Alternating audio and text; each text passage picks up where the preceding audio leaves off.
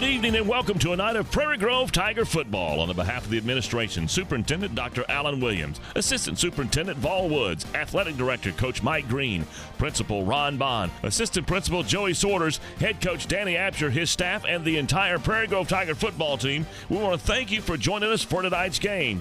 Tonight's broadcast is made possible by the Prairie Grove High School East Lab and is brought to you by PG Telco, the providers of PGTigersOnline.com. PG Telco, built on community, focused on progress. Also by Clorox. The name itself means clean. Lewis Automotive, serving Northwest Arkansas and Prairie Grove since 1946. Shelter Insurance and your local shelter insurance agent, Mark Spence. Prairie Grove Christian Church, where it's all about loving God, loving others, and serving others. And Steak and Shake. Life. Welcome, ladies and gentlemen, to Prairie Grove Tiger Stadium for tonight's contest between the visiting Farmington Cardinals and your hometown Prairie Grove Tigers. I'm Lynn Gregson, alongside of me, Zach Arns. And Zach, tonight, a little weird for us to start off with this game, isn't it? It's a little odd to be talking about our chief rival in the opening game, but the AAA saw fit to move Farmington up to the 5A level, and we stayed in the 1-4A conference. So to keep the Battle of Highway 62 alive, and we get them in the opener. And you know how I feel about this game. This is one of my favorite games of the year. I love this game. So this is going to be a lot of fun. It's a lot of questions on both sides of the ball, and we're going to get some answers here, I think, pretty quick. Well, tonight I was just telling our friends from Farmington that it almost feels like a Greenland game with everyone dressed in green in honor of Coach Mike Green, who passed last Sunday, and recognizes several years of service here in the community and all the great young people that he influenced over his lifetime. And tonight it looks like Prairie Grove and the Farmington band together will be playing the national anthem. We're going to join them for the national anthem.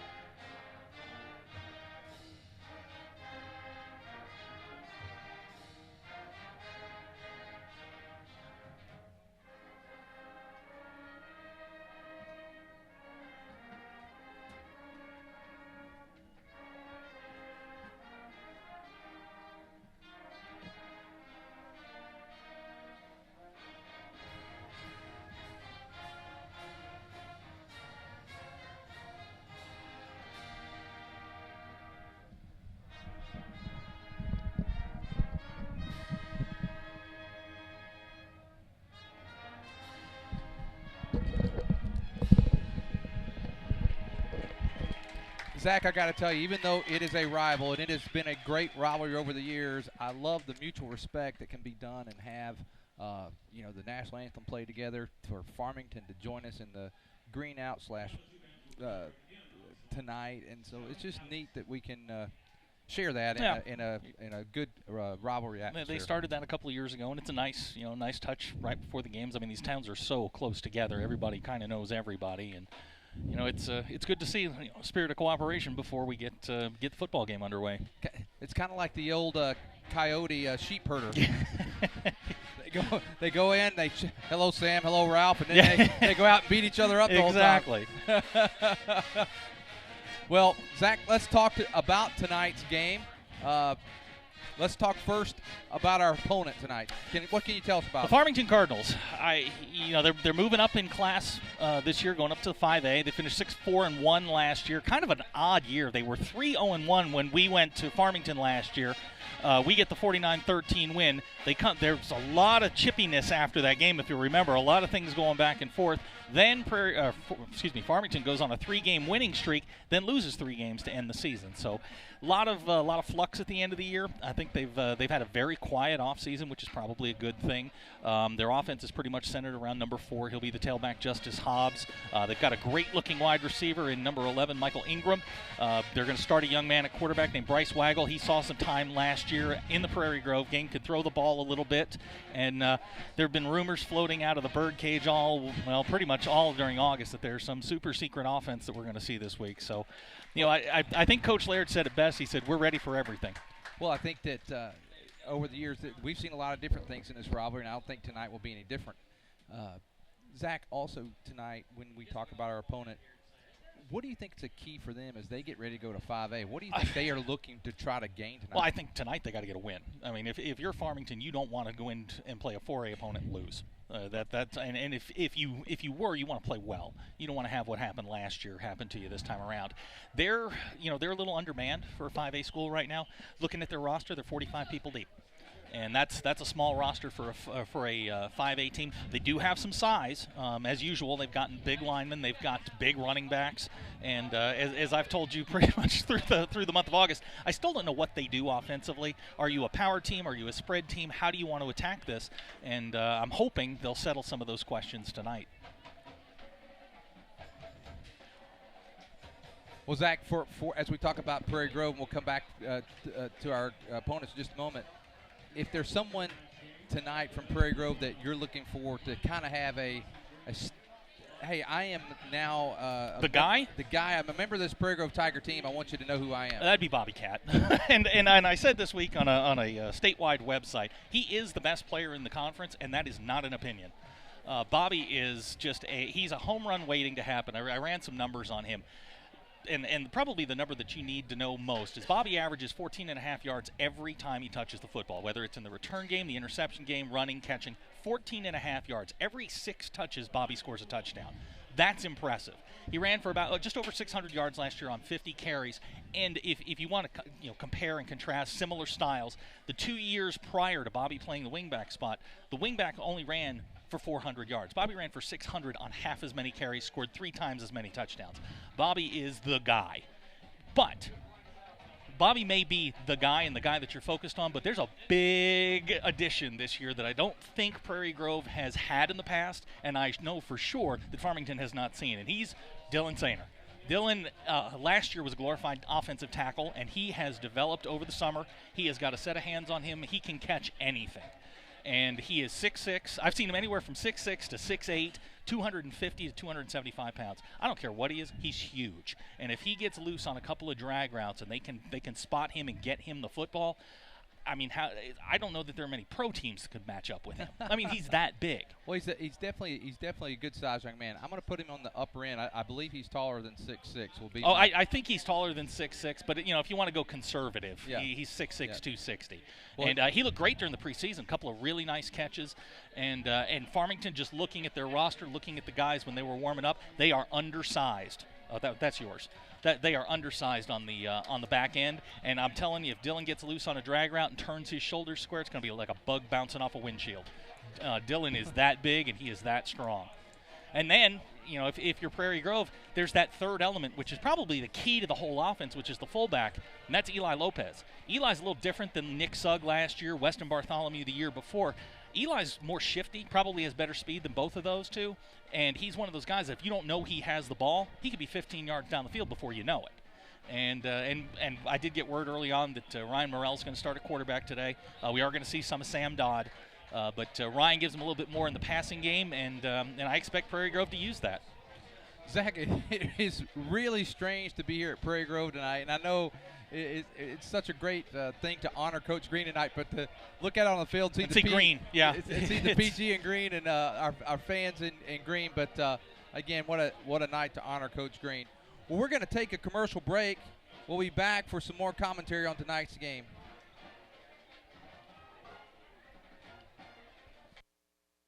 PG Telco is the proud sponsor of PGTigersOnline.com, where you can find out all the very latest of what's going on with all the sports teams right here in Prairie Grove. But PG Telco is more, a lot more. They offer phone, internet, long-distance services, and bundles, making it all affordable. And that includes DirecTV. For your home or office, staying connected to the fast-paced world is as easy as calling PG Telco. Call 846-7200. That's 846-7200. PG Telco, built on community, focused on progress.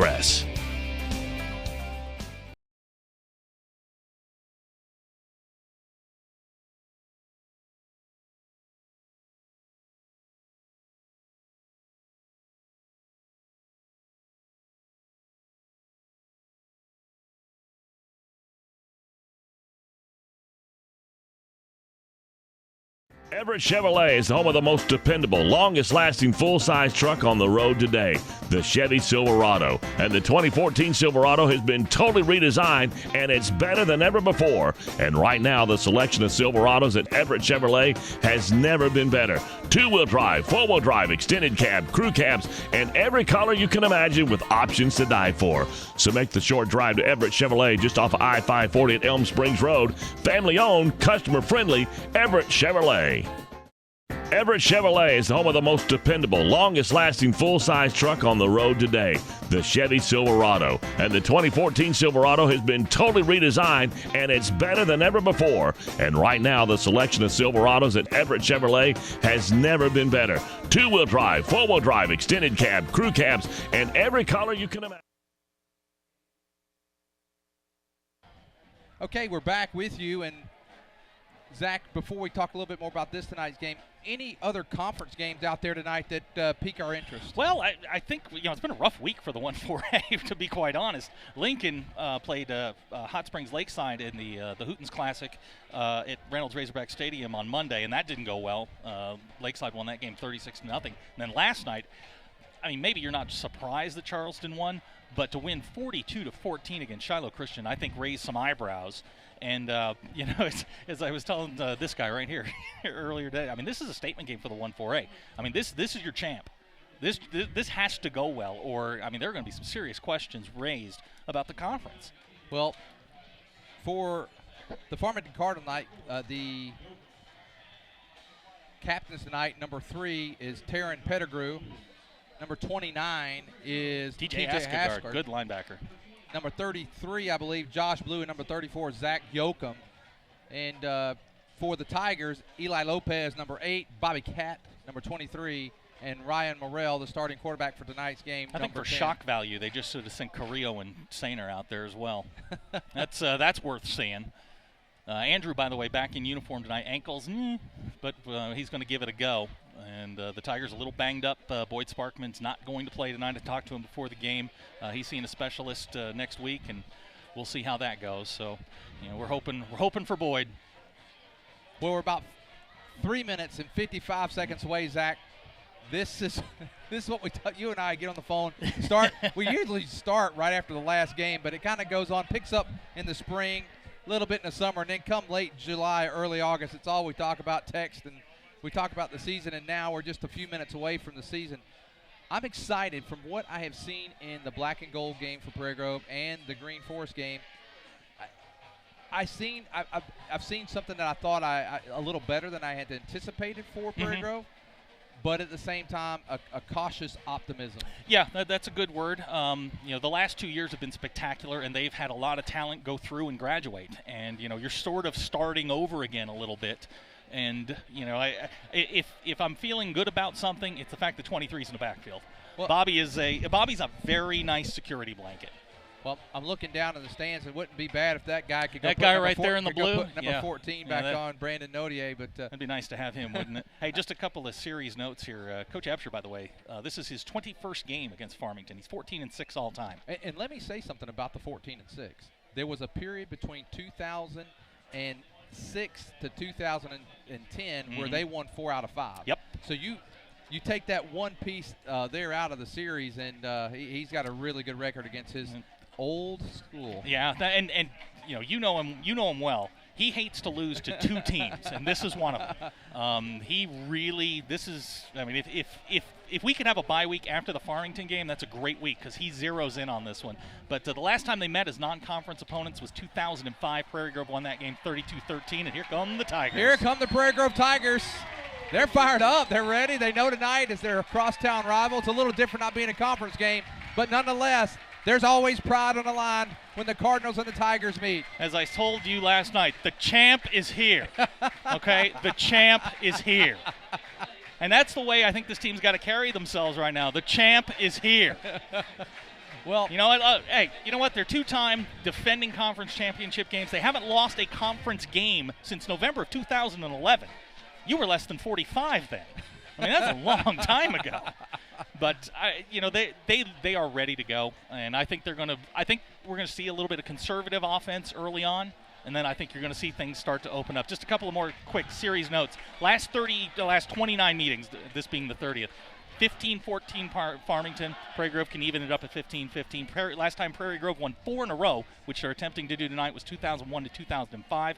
Last time PG lost an opener was 2009 to Lavaca. And the thing is, in 2001 to 2005, it was actually a 5-game streak. So those were some good, and I think we had a few wins just before that because Coast Abter had just begun winning pretty much immediately. Just a couple of things to keep an eye on.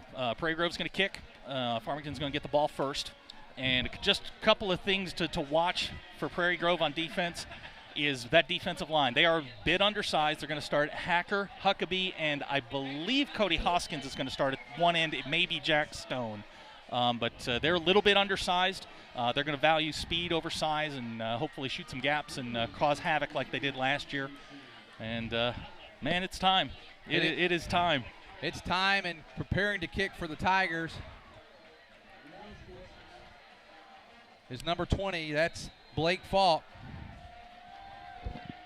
Special teams the last couple of years have been pretty good for the Tigers. There's a kick. I'd look for that to continue. There's a break. That was number 21. That's Cody Laro. And Laro gets to the 35-yard line. First down and 10 for the Cardinals. Well, I've been in the prediction game all along, and I think you're going to see Farmington go with some tempo early on, test Prairie Grove a little bit. Prairie Grove, if you look at the starting lineup, 10 new faces on defense. They feel pretty good about the secondary with Cat, Chamberlain, and Downey. We're going to have to see how the front 7 holds up. Well, here it is, first and 10 for the Cardinals. Fake pitch, going to look deep. Bobby Cat on job. The coverage. Bobby Cat on the coverage to Evan Odell. He was all conference last year. Bryce Weigel, the quarterback, on the pass there. They wanted to go deep, wanted to strike early. They did, and I don't blame them for trying to settle everything down early. You see that a lot in first games. Take it, chuck it deep. Bobby was deep. Bobby was right there. But I would expect Farmington now to go back to Justice Hobbs. He's pretty much the main cog in the running game. He is number 4. He's a single back. And this time it does go to Hobbs. And Hobbs going to be wrapped up. But nice fight there. Let's see where they're going to mark. Well, they're going to give him 4 yards. So now it is third and 6. Third down and 6. And if you're Farmington, you've got to stay ahead of the chains on this stuff. You can't. Prairie Grove's going to come with the blitz on third down. They know that. Last year, a lot of side-to-side passing, not much down the middle, not much over the field. And if you remember, Nick Sugg and J.D. Speed got a lot of, batted a lot of passes down. They got good pressure last year. So they got we'll see what they come out with. The right. And Ingram, who is a senior finally, Zach. He's been there since 1972. There's exactly what you talked about. And he's going to get the first down. And the mark, he's going to be short. Based on that mark, he's going to be short about, a line. He's going to be short the line. Oh, yeah, he is. It's 4th down. 4th down and the line. I got to believe they're going to go for it here. I mean, they're going to ask for a measure, but I can tell you based off of where the – yeah, he's a couple of links short on the chain. But I can tell you right now that Ingram has outperformed himself from last year. Last year he was pretty much a non-factor in this game. 1 catch for 5 yards. And I'll tell you what Prairie Grove's got to be careful of is, one, if they're going to run that bubble screen to Ingram, you got to be careful the fake and somebody taking off on you. And then 2, I was watching Ingram during the pregame. He does throw the ball. Well, so I thought that the way that set up there, I actually thought yeah, that's where I thought they were going. Well, let's see here. It looks like it based off of where the chain was and where they marked the ball, I thought he was going to be short by, gosh, a couple inches, and he is. Let's call it probably 6 inches, Zach, maybe not even 6. 4th down. This is big. Well, they're going to go. They are going to go, and they're bringing in a big boy. Number 74, that is 345, 6'3", 345. Is that Osvaldo? Osvaldo, yeah. He's a big old boy. Well, here we go. I guess he is the short yardage package. Well, and you got to be careful here. Watch for that fake. There, they give it back. He's got the first. Well, you know, I got to tell you, I mean, they get the first, and you got to, credit them for getting it. Man, when I'm that close, I'm letting the quarterback go right over the center. And it's a step. But I'll tell you this: we had no one over the center. I'll tell you this: last year before, he probably would have done that. But turn around, give it to your best player, let him do something. Yeah. Well, I think the thing is there, though, Zach. I mean, we had no one lined up over the center that time, so it would have been 1st and 10 for the Cardinals. And now here is Hobbs again, and this time he's hit, and they're going to spot him at the 49. Going to be 2nd down and 8. This is kind of what you worry about a little bit with the Tigers is they are a little undersized on the line. They have brought in Dillon, which balances that out a little bit. But they're young, they're inexperienced, they're a little undersized, and it's going to take them a little while to get their feet underneath them. And Farmington's doing the right thing. They're taking the ball, they're pounding right at them. 2nd down and 8. Split backfield this time from the shotgun is Waggle. He's going to hand it again to Hobbs, and Hobbs he's got a little room. And Hobbs inside Prairie Grove territory down to the 40-yard line. 1st down and 10 for the Cardinals.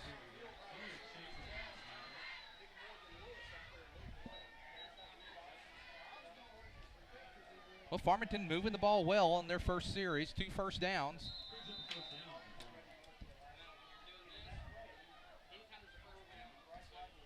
You remember last year, 8 seconds into the game, Farmington had returned the opening kickoff, and then Prairie Grove got the ball and everything settled down. But this is the most impressive drive they've had in a while against this defense. A little bit different jerseys with the black sleeves there, isn't it, Zach? You're our fashion guy. And there is Hobbs. Hobbs is really punishing the Tigers right now. Tackle made that time by number 32 for the Tigers, Reed Orr. But, boy, he's got 9 more yards, and it's 2nd down and 1. He's just going right at him. We brought a blitz that time, but if you're going to blitz and you don't get home, you have very few guys at that second level. Well, now we've got, there's 3 over there to the left this is side. smart. I mean, you're spreading them out. You're spreading the Tigers out and then running the ball. Hobbs, he's going to have the first, and he's running hard. Whoa, I said he had the – he's going to get forward progress on that. He's got the 1st down inside Tiger 30 at the 29, and 1st down and 10. And I kind of felt during, leading up to this that Farmington was going to have to play stall ball a little bit and keep the ball away from Prairie Grove because Prairie Grove's going to score. You know that. They're going to have to match point for point here for a while and until somebody makes a mistake. Well, the thing is, when you can do what they're doing right now, and Prairie Grove has a few players going both ways, it can make for a long night. So, single back is Hobbs, and quick pass, and there is Ingram. Yeah. They were out of position on that. They didn't even line up over him. Yeah, that's an automatic. I mean, if you don't line up over him, you have to throw it to him. You had Sam Dodd over there, but Dodd, he's going to come out. I bet he's going to get an earful from Coach Laird. Yeah, he wasn't over there, and look at him. Coach Laird is. Well, he did. He split the difference between the tackle and Ingram. I mean, you got to get out on him. That's their best receiver. Well, another 1st down for the Cardinals. This opening drive's been impressive. Started at their own 35, now inside the Tiger 20. In motion is Ingram. High backfield. It goes Hobbs. He's got a lot of room. Brought down by Chamberlain. But Hobbs is punishing the Tigers on this opening drive. They're finding nice room on the inside, and that's something that Prairie Grove's going to have to shut down. Second down and 3 for Farmington, and they are now inside the Tiger 10 by the length of the football. Farmington has to feel good the way they've moved the ball in this opening series.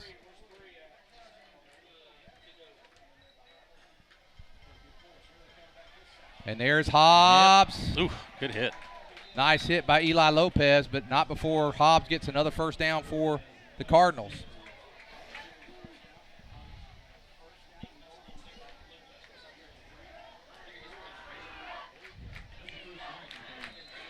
$7:36 to go here in the first quarter. This is the opening drive. The Cardinals have had the ball the entire game thus far.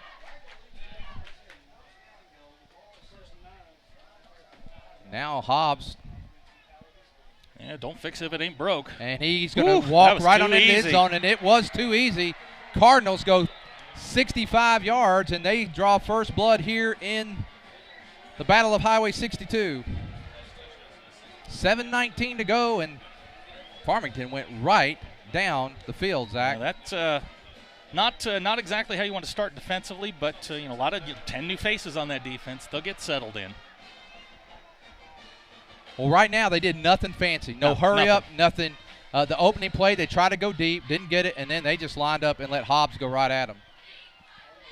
Hobbs is a 5'11", 195 junior. He's a pretty good-sized kid. He was the Northwest Arkansas Times player, newcomer of the year last year, absolutely. And, boy, they're going to be pushing it here on the extra point with time, down to 5 seconds.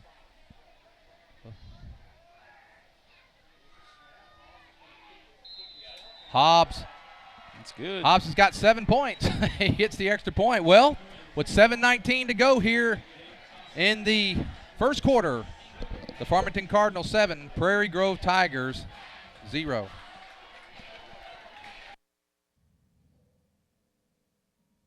Something's missing. Your life just seems to have that little something that hasn't fallen into place, and you've tried all the world has to offer, and you still have that empty feeling. Does it sound way too familiar? Well, Prairie Grove Christian Church invites you to experience God on a personal level, and don't worry about being judged. We all have sinned and fall short of the glory. But at Prairie Grove Christian Church, we're all about loving God, loving others, and serving others. And PGCC has something for every member of the family. Kids, youth, adults, and more. And 2 services on Sunday that you're sure to find one that fits your schedule and your needs. Simply put, God tells us to seek Him first, and all these things will be added unto you. What are all these things? It's called a Christian life, and we invite you to feel the difference this Sunday at Prairie Grove Christian Church. Well, Zach, we're back, and the Cardinals went right down the field, 65 yards. Yeah, 12-play, 65-yard drive. Good drive. Clean drive. No penalties. Hobbs got 48 of the 65. Which is more than he had last year the entire game, so they're certainly off to a good start. Well, let's see what the Tigers could do. They got back deep is Isaac Disney, and the ball is going to go to Falk. And there's Falk. Blake. There's goes Falk. Look at Falk. He's at the 40. Blake Falk's at the 50, and he's brought down at the 47-yard line. And so the Tigers will begin the ball with the ball inside Farmington territory.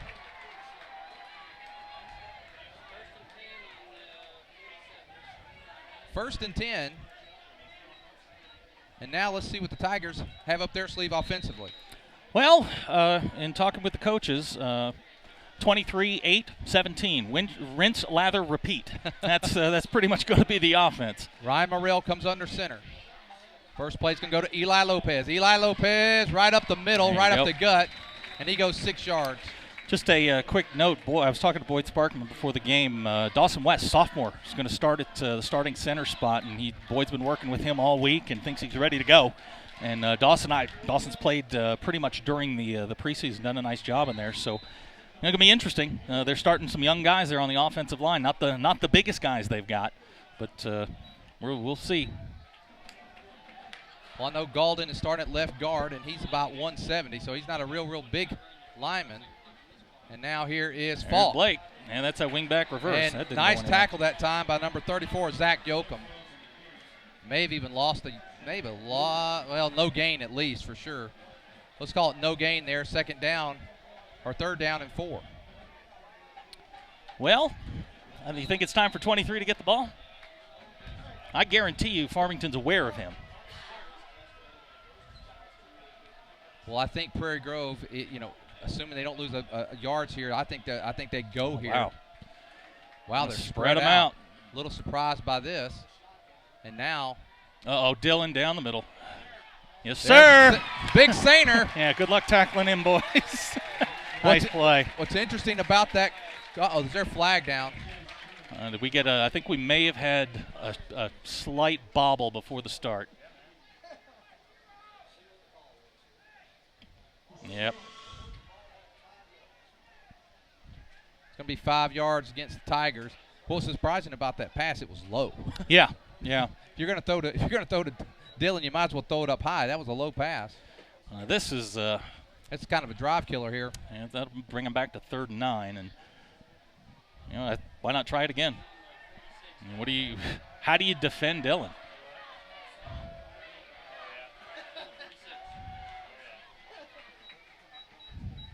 Now it's going to be 3rd and 9, and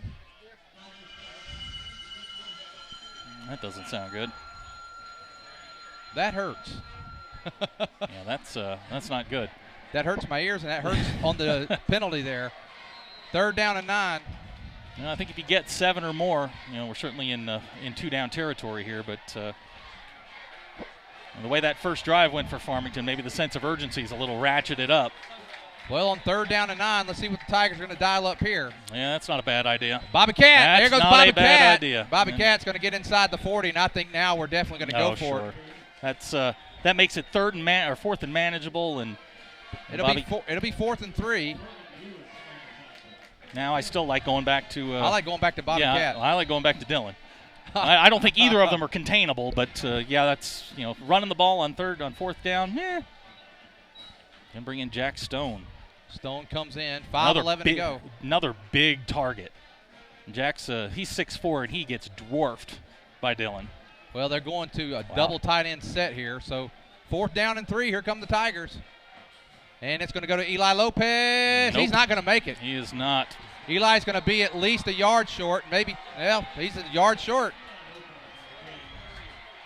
So the Tigers are stopped on their first series, and Farmington has to like the way this game has started.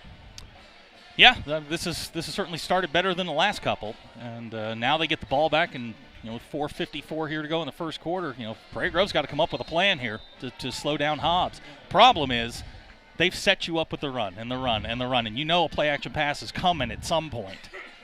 Well, when you have a weapon like Hobbs and he's successful, it's going to make your linebackers hold, and they're going to have to watch it, and then you're going to have the opportunity to go deep if you're Farmington. Well, and now timeout Farmington. Let's take a timeout with them with 4:54 to go here in the first quarter. Farmington 7, Prairie Grove 0. Love God, love others, the simple motto of Prairie Grove Christian Church. Whether supporting missions in Africa, doing mission work in Cambodia, Haiti, building homes in Texas, or fun for the entire family with basketball and cheerleading. That first home, or maybe the first new car, and you want it properly covered. Think Shelter Insurance and Mark Spence. Or maybe you just welcomed into the world that little gift of a child. You want to make sure that their future's secure. Think Mark Spence and Shelter Insurance. Let's face it, you want someone local, someone that you know, someone that can be by your side when you need them to be there. Think Mark Spence and Shelter Insurance. Home, life, auto, RV, boat, motorcycle insurance. Think Mark Spence, your local Shelter Insurance agent. Call 846-2999. That's 846-2999. Shelter Insurance and Mark Spence proudly support Tiger.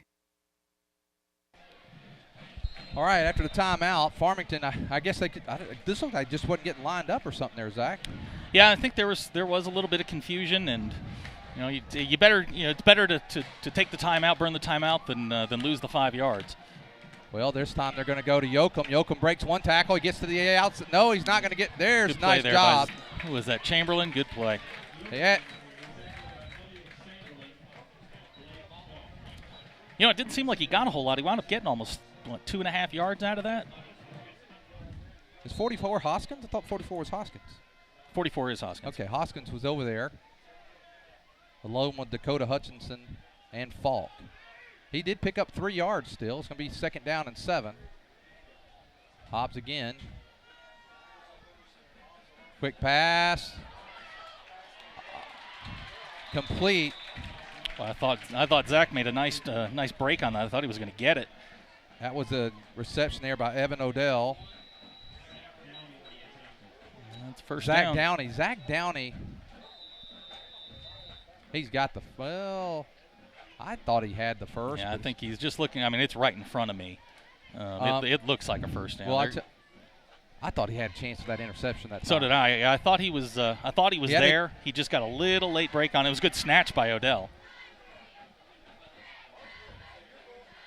The way Farmington is moving the ball, though, they got Prairie Grove on their heels. Yes, they do. Because now in this series, the first 2, they've got the first. No, he's short. If he's short, it's length of a fingernail. Yeah, they're looking. Yep, they're going to give him the first down. Well, first down for Farmington, and they have 5 first downs already. West Fork up on Gentry, 14-0. We remind those watching to go to PrairieGroveTigersOnline.com. We have a comments page. We'll try to go to that at some point, but first down and 10 for the Cardinals. Pitch goes to Hobbs. He's got a little room over there on the left side. This is the problem we had during the scrimmages, was getting to the corners. And he gets inside Prairie Grove territory to the 37. Those outside linebackers have got to force him back inside, and they're not getting there. Well, they're moving the ball right now. Farmington is moving the ball at will, Zach. At will. They got it going, and Prairie Grove's got to come up with something here. Nothing fancy. No, and why? Why bother? Yeah, I mean, if you can get, Hobbs is averaging 6.4 yards on his first 10 carries. He's already up to 10 carries and 64 yards. I mean, he is just killing it right now. There he comes again. There's Hobbs, and he's close to another first down. There's just nothing that Prairie Grove can do right now.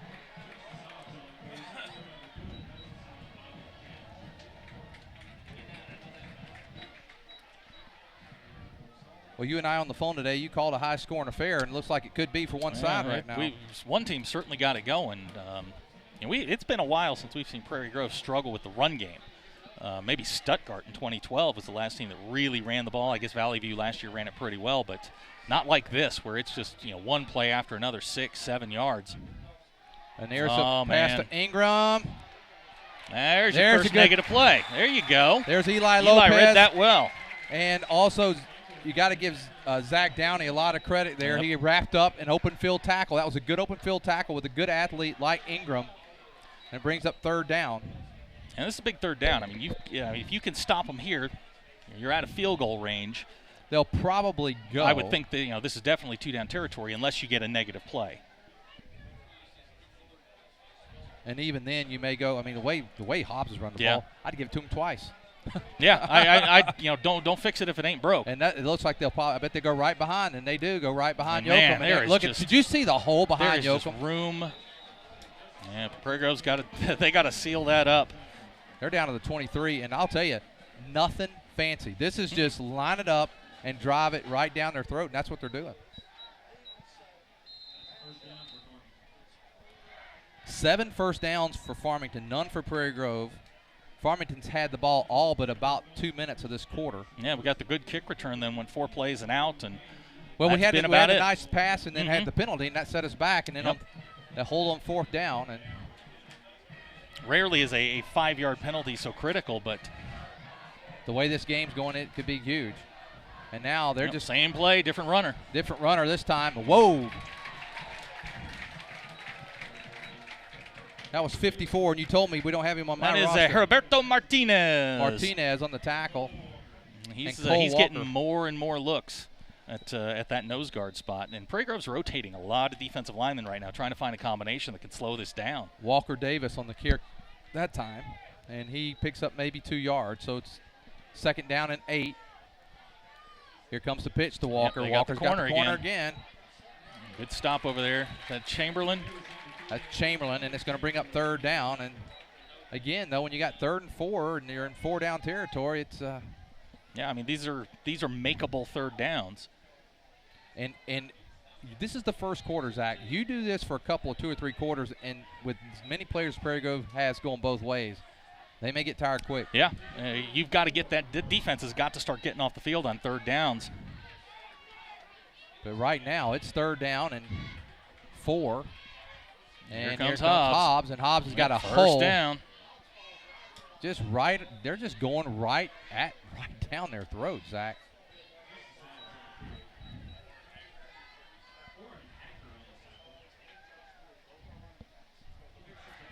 Just I mean, this is a completely different team than we've seen the last couple of years. Well, right now, they've absolutely nothing fancy. And now from the shotgun. And guess what's coming? And there you go, run it again.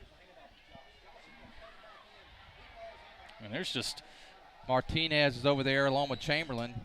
That was number 3, Josh Blue, and Blue gets it down close to the 5, and boy, the holes are just they're huge. They're huge. I mean, they are just blowing Prairie Grove off the ball, and Prairie Grove needs something good to happen. I mean, it's been a long time since we've seen a running attack like this that just 5 yards, 10 yards, 7 yards, and well, they're going to stop it right here. They're going to let the time run out.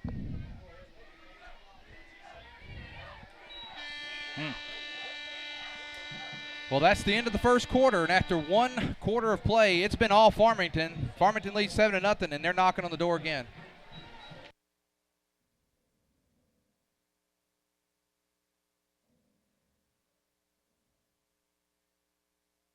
Life can come at you from a lot of different directions, and you need to be prepared with the proper insurance. Let John Galligan of the Galligan Insurance Alliance make sure that you, your loved ones, and your home and all that's near and dear to you is properly covered. You see, the Galligan Insurance Alliance is an independent insurance agent and allows him the flexibility to shop the very best policy at the very best price, and this gives you the coverage and the peace of mind that you need at the rate that fits your budget. It's the best case scenario when it comes to covering all that is near and dear to you. Check them out on Facebook or drop by the website GalliganInsuranceAlliance.com, and you can always call 479-282-0605, 479-282. I wonder if Buck Lewis had any idea as to what he was starting when he sold his first Ford back in 1946. He was on the square in Fayetteville. Then Tom and Herb Lewis made the move to the current location on North College back in 1969. But through all those years, a Lewis has always been at the helm, and that tradition continues today. It's that kind of family value and heritage that makes Lewis Automotive the place to buy your next vehicle. Be it a Ford, Dodge, Chrysler, Ram, or Jeep, new or used, you can still find a Lewis standing behind every single deal. Award-winning service, 6 locations, and over 1,000 vehicles. It's amazing. A lot has changed, but the Lewis heritage and tradition continues. Lewis Automotive, proudly serving Northwest Arkansas since 1946.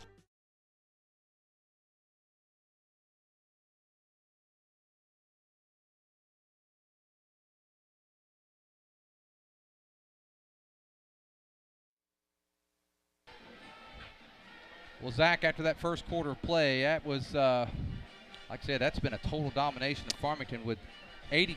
You're still working on the Yeah, I'm still working on the side. There's 17 rushes in the first half for 100 yards on the dot, and they are. I mean, they're pretty much.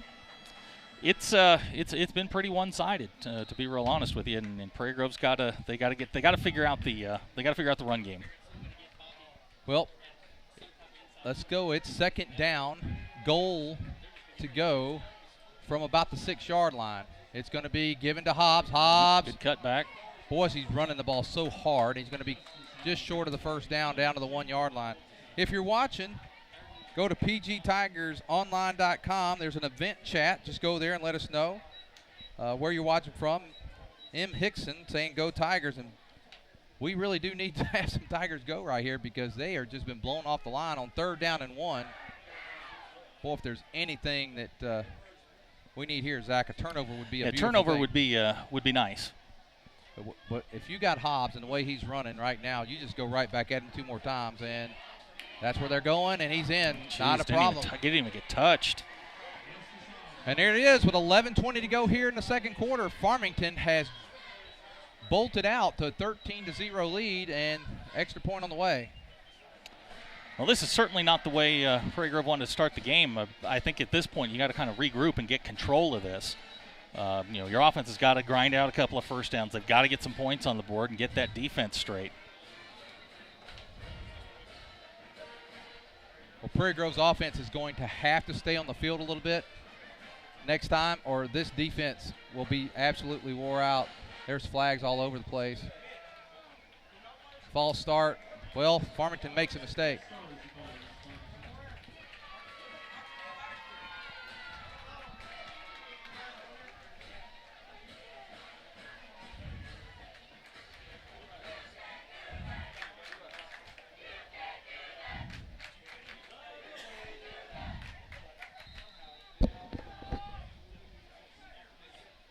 Looks like they're going to go ahead and kick a long extra point here, Zach. Well, the last extra point try was probably good from about 35 yards. And here comes Hobbs again. Nice snap this time, and it's good as well. Good. And with 11:20 to go, it's Farmington 14, Prairie Grove 0.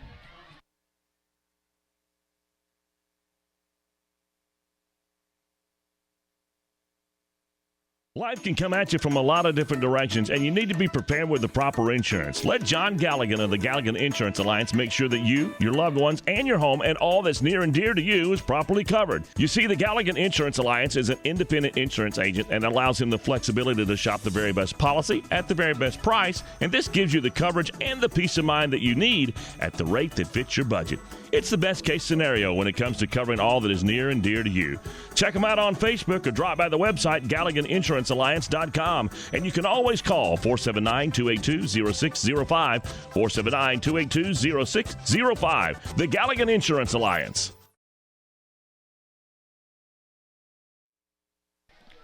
Zach back after the commercial break, and Prairie Grove needs, they have to have something to break the momentum, to break this. And, the last drive didn't start badly.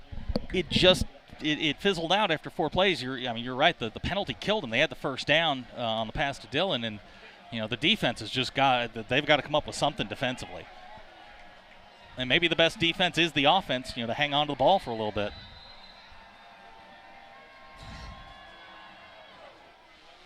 There's the kick.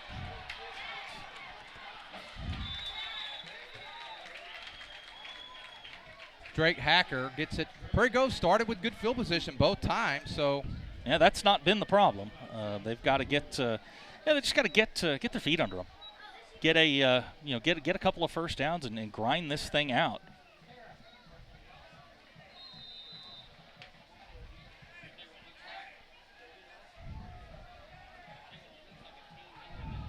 I think a good way to do that is 23.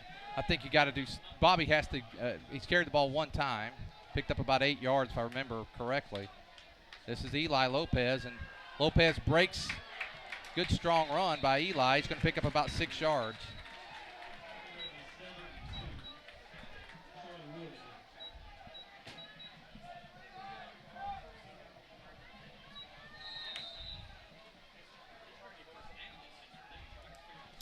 Grind out a couple of first downs here. Let's stick this thing in the end zone, and let's see what a little momentum could do for us here.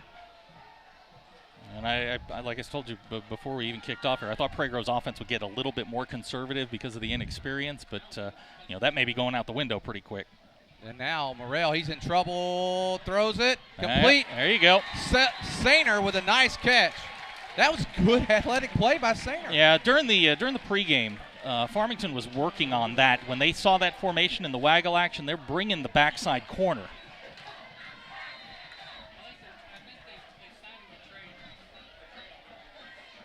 So that's Ryan's first completion. You get that out of the way, and now you set yourself up in the 3rd and 1. And third and very short here for the Tigers. They need a drive. They need a score. 3rd down and 1. In motion is Falk. And now it's going to go to Bobby Cat. There goes Bobby Cat. Bobby. There you go, Bobby. Cat. Bobby Cat at the 20. Bobby Cat at the 15. Bobby Cat. There you go, Bobby Cat. Bobby Cat. That's a version. I'm telling you, the coaches saw that Farmington, when you see that motion is over-committing to away or towards the motion, and they run that wingback reverse with Bobby, I mean, that's his bread and butter.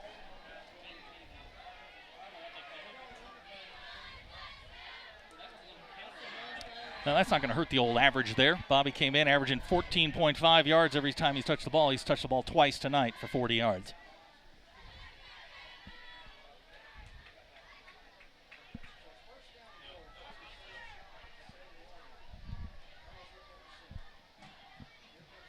There you go. There goes Ron Morrell. And this is the play they killed them on last year, was with Jacob on that read option, that dive option. If you commit to the fullback, the quarterback pulls it and pulls around the end, and there's nobody there. And he's going to get 3 yards out of that, and that's that's a good play. Well, Zach, tonight we will have we have a new sponsor for our Player of the Game, the Everett Chevrolet Player of the Game. We'll name at the end of the game tonight. Again, the Everett Chevrolet Player of the Game. 2nd down and 4 to the goal line for the Tigers. There is Bobby Cat. Bobby Cat's hit, and he gets maybe a yard. He made not much that time by Bobby Cat. Now it's 3rd down for Prairie Grove, and Bobby got nothing on that play, so it's 3rd and 4. Boy, the Tigers need something here. Yeah, you don't want to get into a 4th down and 5 to down 14 points. You want to knock this thing in and get a little momentum going. And you actually want to do it now. I don't want. Yeah, you don't want to get to 4th down. Here we go. Here comes the Tigers. It's Eli Lopez. Eli fighting hard. He's not going to get there. Down to about the. He's about the one and a half.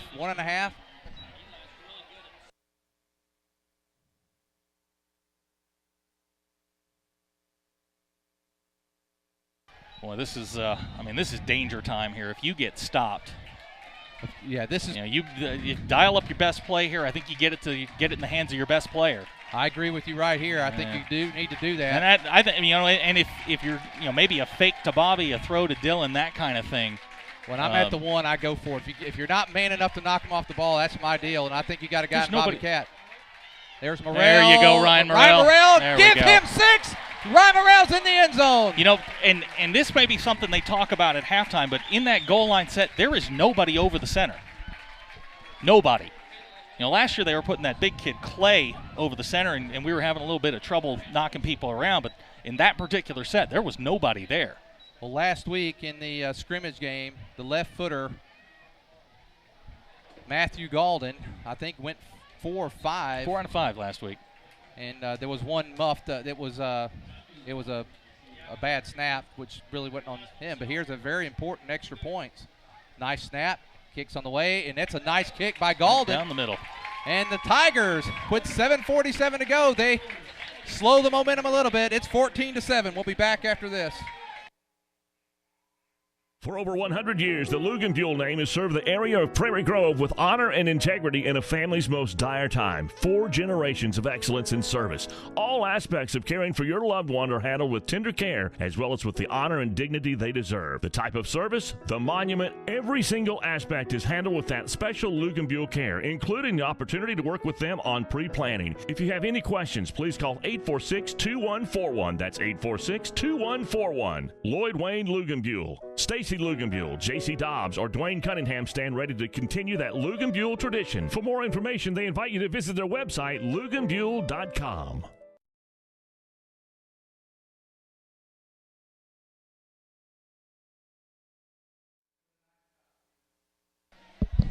Zach, while we've got a minute here, I want to recognize our East Lab students that are working tonight. We have Ethan Sam on the camera, Mr. Reliable himself, Miles Lowe, Christian Dowdy, and our producer tonight, Stephen Vickery, and our East Lab teachers here tonight. Yeah, we brought out the big guns in Horstein's absence. Boy, I tell you what, Horstein better not miss too much. Mr. Vickery over here is doing a nice job tonight. Blake Falk getting ready to kick for the Tigers. 7:47 to go here in the second quarter. Tigers down 14-7, and Zach, it has been Farmington on offense has been impressive. Dynamic. I don't know that they've necessarily been dynamic. They've just been really impressive. Yeah, they just go. They're right. Really impressive and really consistent. And here comes the Tigers kick by Falk. It's kind of a. What do we get? Tigers going to be calling for an offsides. Oh, the ref wasn't ready yet. Oh.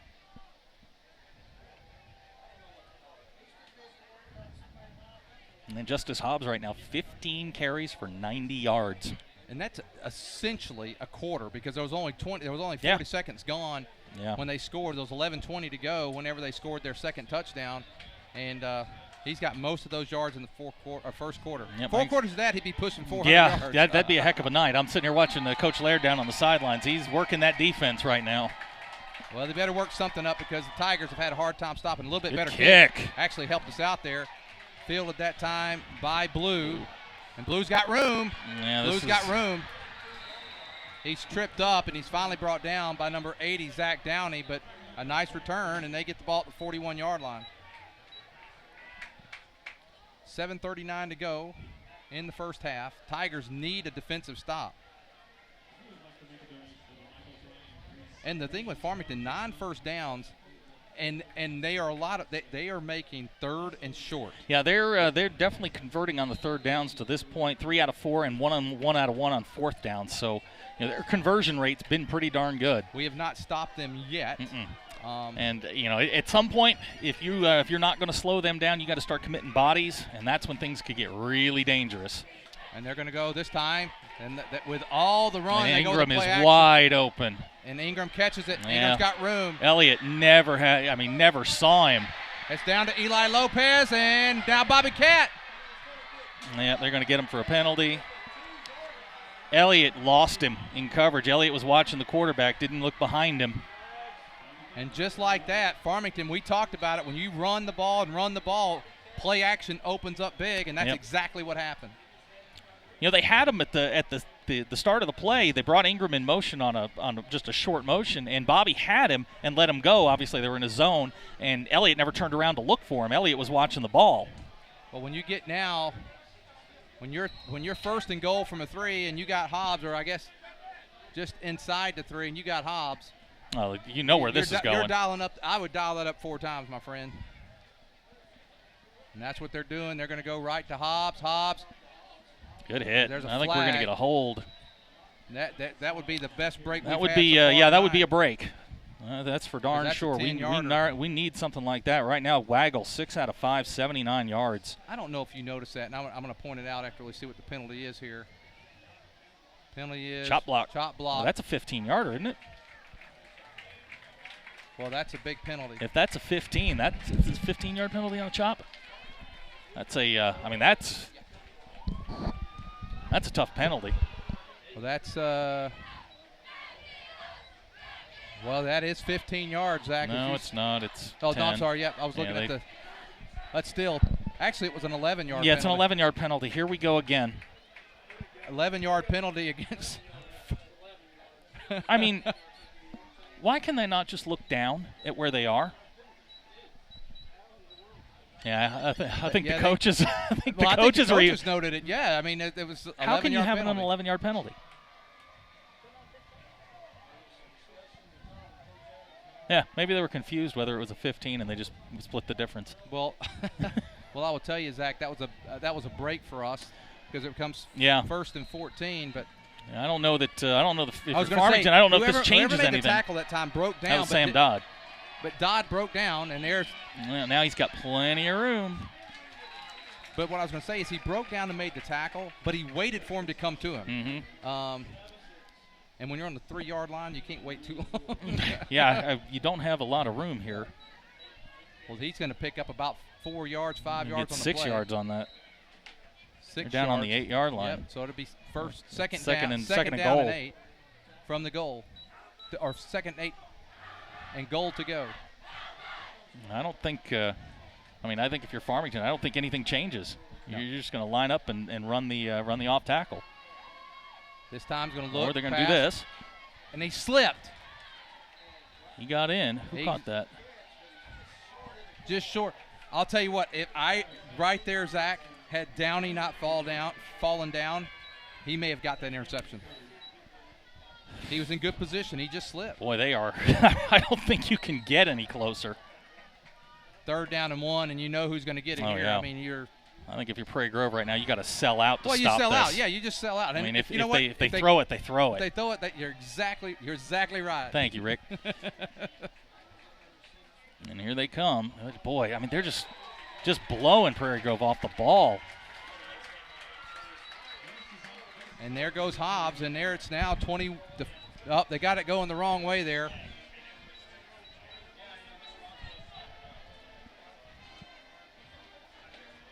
And he scored 3 touchdowns this afternoon, and you know, they're going to have to come up with something here. You don't want to get into well, I told you that. I thought this game would be high scoring, but I don't think Prairie Grove expected to be trading touchdowns like this. The extra point. He missed that. Hobbs misses it. It's 20-7. So the Tigers are going to need catch a break there. They're going to have to match touchdowns right now, Zach. Yeah, they are, and this is not a situation that they've been in a lot, where you're having to keep up. Well, and and look, it's the first half of the first game. Let's see what kind of adjustments they make at halftime. See what they talk about, and see how aggressive they get. Well, we've got 6 more minutes. 5:54 to go before halftime, Zach. I think Prairie Grove needs another drive. They need to go score. They need a long drive. And if they get the ball back to Farmington, a stop before the half. And keep in mind, Prairie Grove's getting the ball to start the second half. So if you have a 5-minute, 54-second offense, this is it. This is a good time to start running it. But Hobbs now 17 carries, 96 yards, 3 scores. He scored all 3 of the touchdowns. Zach, I still think that last pass where Downey fell and slipped, if he keeps his feet. He's been close on 2 of them. Well, that one, on that particular one, if he keeps his feet, there's nothing. Mm-hmm. I don't know how fast Downey is, but there was nothing between him and the other. Look, if Connor West can run a 70-yard fumble for a touchdown, anybody can do it. You just got to unhook the wagon. Well, Farmington is they definitely come to play tonight. Number 13 for the Cardinals, Evan Odell, getting ready to kick off. Tigers, boy, they're going to just have to match Farmington. Farmington has come to play, 20-7.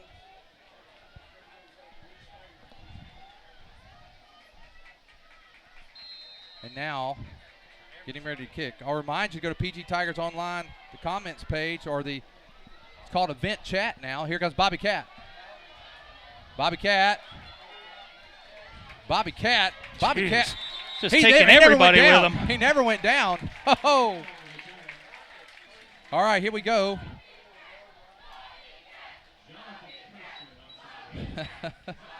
Ahub and Cahub from Fayetteville. Happy birthday to Cahub. And then we have not able to watch due to internet difficulty. I'm able to check this. Hey, Gregson and Zach, how about leaving a score every now and then? That would be great.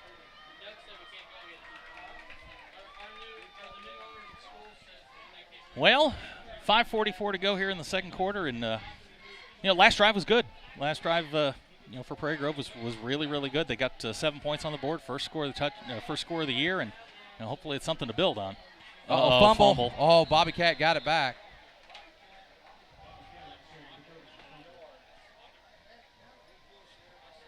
Boy, a loss that time of about a half yard, but nonetheless a loss.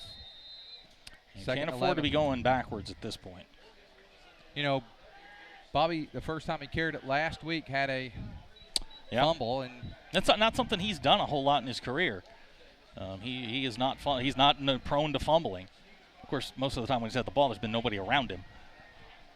Well, here we go. It's 2nd down and 11, and they go to Sainer. Sainer dragging across. He's just set right up. Oh my gosh, he was wide open. Sainer's open across the middle. Now it's 3rd down 11. Yeah, Ryan's got to get his feet underneath him. I don't know. Ryan never looked to Dylan that time because he was wide That'd open. be the 1st, 2nd, 3rd, and 4th look for me. Just find him. At least give him a look. Well, it's 4:59 to go, and we talked about Tigers needing a drive, and right now a 3-and-out would not help at all. 3-and-out would be bad. I don't want to oversell it, but 3-and-out's bad. And here we go. On 3rd down, it's 3rd and 11. 17. There he is. Big Dylan. Good luck with that. Look at Sainer. Look at Big Dylan. Good luck with that. Hey, Big Dylan. Inside the 40. He's roped down and wrestled down by Hobbs. To quote Phil Simms, when he's covered, he's still open. Throw it to him. Well, if Dylan Dylan doesn't have the fastest wheels, but I will tell you, that was a good catch. If he had, and Hobbs come from behind him and literally looked like jumping on jump on his back and just ride him to the ground. But that's the kind of pass play you need in this offense to make it go. Well, there's a timeout on the field. I think Farmington took that. Let's take a timeout with them. With 4:51, Tigers trail 27.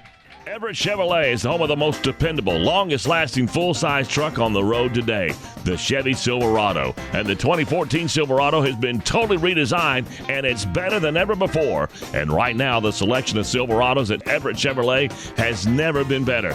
Two-wheel drive, four-wheel drive, extended cab, crew cabs, and every color you can imagine with options to die for. So make the short drive to Everett Chevrolet just off of I-540 at Elm Springs Road. Family-owned, customer-friendly, Everett Chevrolet. Everett Chevrolet is the home of the most dependable, longest-lasting full-size truck on the road today, the Chevy Silverado. And the 2014 Silverado has been totally redesigned, and it's better than ever before. And right now, the selection of Silverados at Everett Chevrolet has never been better. Two-wheel drive, four-wheel drive, extended cab, crew cabs, and every color you can imagine with options to die for. So make the short drive to Everett Chevrolet just off of I-540 at Elm Springs Road. Family-owned, customer-friendly, Everett Chevrolet. Everett Chevrolet. Okay, we'll remind you, after the game, we'll announce our Everett Chevrolet player of the game. It's 1st and 10 for the Tigers. Ball at the Cardinals' 40-yard line. Oh, Blake. Blake Falk moves. That's twice. Can't have those. And that's another penalty on the Tigers. There's been some mistakes here in the first half. They have, they've committed some penalties, and penalties at costly times. That's their second penalty. The first one nullified a third down that would have given them a first down. Prairie Grove really 14 plays for 94 yards to this point. And it's not so much we haven't moved the ball. We just hadn't had it. Yeah, keep it away. Farmington's up to 200. They're moving the ball up and down the field. Well, the Tigers, 1st and 15, and there is Eli Lopez, and Lopez gets back close to the original line of scrimmage.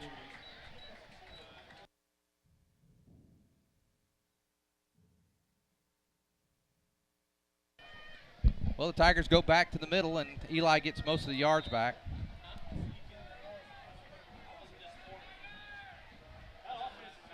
At some point, if they can get into a second and manageable, they're going to take a shot with Chamberlain going deep. Well, he's got pressure on the backside. Oh. He gets it away. Oh, there's a hold there. Oh! Hey, you called it, Mr. Hart. Give him 6. Give him 6. Give him 6. Hey, you know what? Two guys fighting for the ball. Elliott just went up and got it. You weren't going to call pass interference either way. To me, I thought if it was going to go, it was going to go the other way. But a big pass play by Morrell to Chamberlain. And the Tigers with a chance to pull within 6 here. Elliott's second career touchdown catch.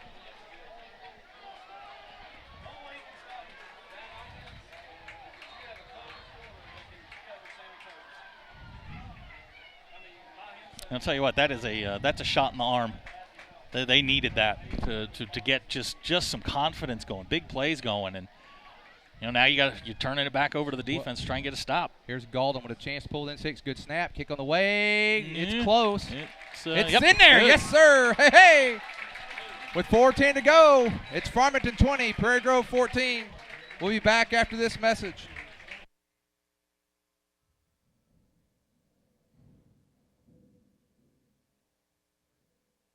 Something's missing. Your life just seems to have that little something that hasn't fallen into place. And you've tried all the world has to offer, and you still have that empty feeling. Does it sound way too familiar? Well, Prairie Grove Christian Church invites you to experience God on a personal level. And don't worry about being judged. We all have sinned and fall short of the glory. But at Prairie Grove Christian Church, we're all about loving God, loving others, and serving others. And PGCC has something for every member of the family. Kids, youth, adults, and more. And 2 services on Sunday that you're sure to find one that fits your schedule and your needs. Simply put, God tells us to seek Him first, and all these things will be added unto you. What are all these things? It's called a Christian life, and we invite you to feel the difference this Sunday at Prairie Grove Christian Church.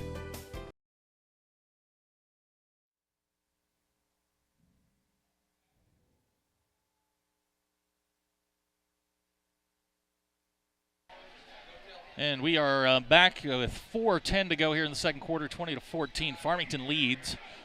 Prairie Grove just scores on I'll pull this up real fast. That is a 40-yard touchdown pass from Ryan Morrell to Elliott Chamberlain.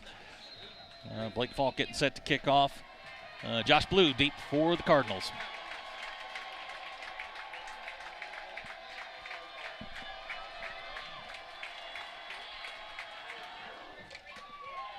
And it's going to be Blue at the 10-yard line. He's got a hole right up the middle. And Blue's going to take it out to about the 48-yard line. Zach Downey on the stop.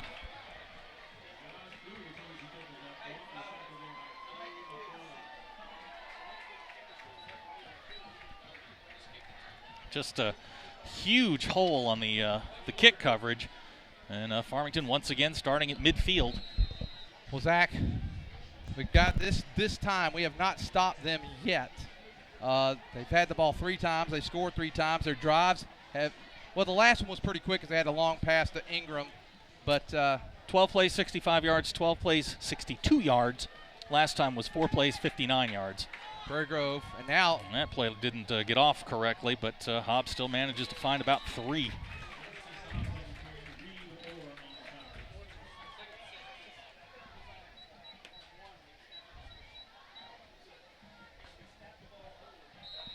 I think the offense has gotten their feet back underneath them. The defense has got to dig in here and make a stop. Well, it's second 4, and I think at this point, Zach, we're gonna have to start committing some bodies. Yeah, I think you're right. I think you're gonna have to take your chances on the outside and start sending some people because at this point you're just catching offensive linemen. And there's Hobbs. Yep. He makes a little juke step. And there's Eli with the wow. Oh, there may be a face mask. I think you're right. I think there may be a face mask there, which is going to tack on. That'll tack on, I believe that's, well, I know college is 15, but here it's only 10, Zach.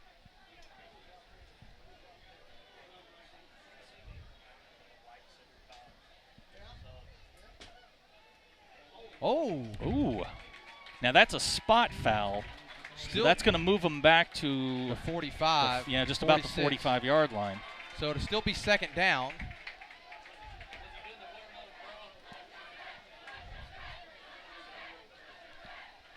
Still going to be second down and short. But the Tigers, that time we were bringing someone, Zach, but the timing of it wasn't good. You know how you get that, oh gosh, I'm going to get offsides. They took a stop, and that stopped the momentum and really not able to get there in time. Second down now, and let's call it a short 4 for Farmington. And there's Hobbs again. Hobbs met. That may be the. That's a good play right there. Now it's third down. That is probably the best we've stopped him on any play tonight. Now may have even lost a hat. Well, let's call it. Really didn't gain much of anything. Nothing there, so we'll call it third down. That's, it went from a third down and a short 4 to a third down and a long 3. And this is, this is big. I mean, you've got to make a stop here.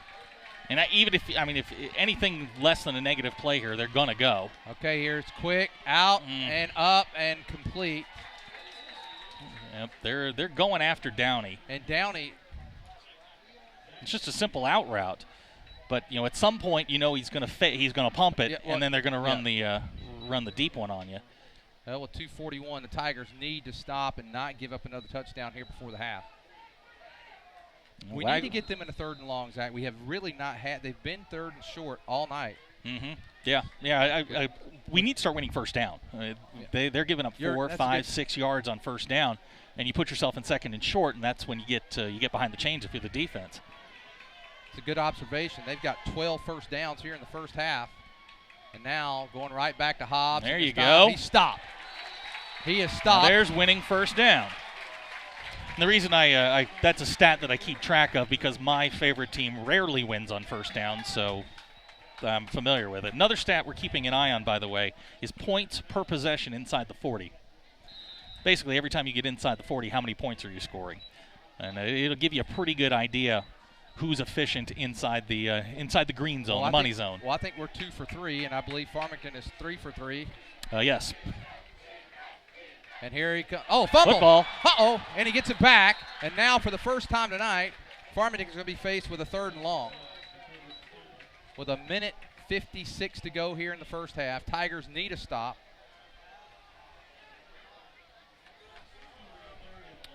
Well, it is going to be 3rd and long here, but that has not affected Farmington's play calling at all. You know, with a minute and 42 seconds to go here, they're in 2-down territory. They've got 2 timeouts left, I believe. One timeout. No, one timeout left. One timeout to go. So I mean, if you're Farmington, Ingram's probably the target if you're going to throw If you can get some pressure, though. That's what I would try to do here. And now Tigers know they're. Yeah. Ingram. Alligator arm that one. Well, that time he going across the middle. That. He thought about that one a little bit that time. That's going to bring up 4th down. And honestly, with a minute and 21 seconds, you probably take another shot at it. And even here with a minute 21, it looks like they're going to do that. Yeah, I think they're either going to quick kick it or they're going to, I'd run the same play. Ingram was open. He just didn't want any part of the contact. Well, it's a big 4th down, and if Tigers could get the ball back at the 40. Yeah, bunch formation. And it was a quick kick. Good call by you, Zach. And that's going to roll down, and that's going to be down right at the 10-yard line. So with a minute and 12 seconds to go. First punt of the night.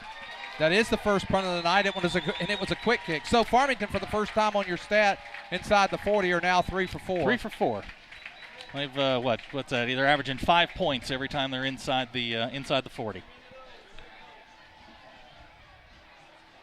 Well, Prairie Grove's they've shown the capacity to throw the ball deep. We've seen it in scrimmages. We've seen it in seen it tonight with the pass to Elliott. But I don't know that. I think right here what you try to do is bust three timeouts. Yeah, you try to bust something on a run to get it away from that goal line, and then maybe you go. Yeah. Well, let's see. We have Bobby Cat, Eli Lopez in the backfield. Cat goes in motion. Now Morrell. Lots of indecision. There goes Eli Lopez. Eli Lopez! Look at Eli Lopez. Boy, I thought we had. They didn't call a penalty on that. I'm surprised. I thought we had a couple of guys moving, but hey, we'll take it. Prairie Grove's going to go hurry up here. They're hurrying up with a 1:04 to go here. And now here it is. Pass play. Sainer! There you go. There goes Sainer. Sainer's at the 50. Sainer's at the 45. Look at Big Dylan down to the 40. Hey! Hey, I think we just discovered our weapon. and Prairie now Grove's going to hurry again. Prairie Grove going from the line. They got 3 timeouts now. There's no need to hurry. Yeah, you want to get the snap off quick, but you don't have to rush yourself to the point where you're making mistakes. Now, they're going to take a timeout. Timeout is going to be called by Farmington. Let's take this timeout. 51 seconds to go here in the first half. Tigers on the march. Life can come at you from a lot of different directions, and you need to be prepared with the proper insurance. Let John Galligan of the Galligan Insurance Alliance make sure that you, your loved ones, and your home and all that's near and dear to you is properly covered. You see, the Galligan Insurance Alliance is an independent insurance agent and allows him the flexibility to shop the very best policy at the very best price, and this gives you the coverage and the peace of mind that you need at the rate that fits your budget. It's the best case scenario when it comes to covering all that is near and dear to you. Check them out on Facebook or drop by the website GalliganInsuranceAlliance.com. And you can always call 479-282-0605, 479-282-0605. The Galligan Insurance Alliance.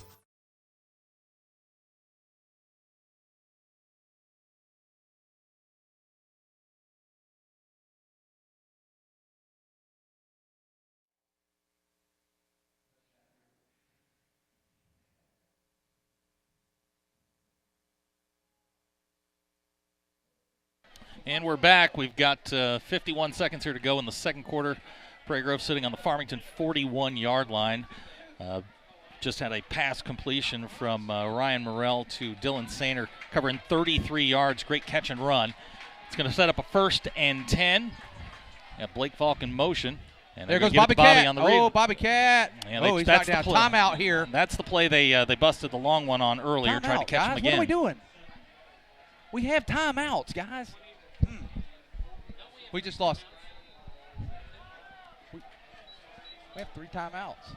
We just lost 10 seconds on that play. Got a lot of time. Morrell throws. Yeah. Bobby Cat. Now you're going to have to use timeout. You're going to have to use a timeout. Timeout.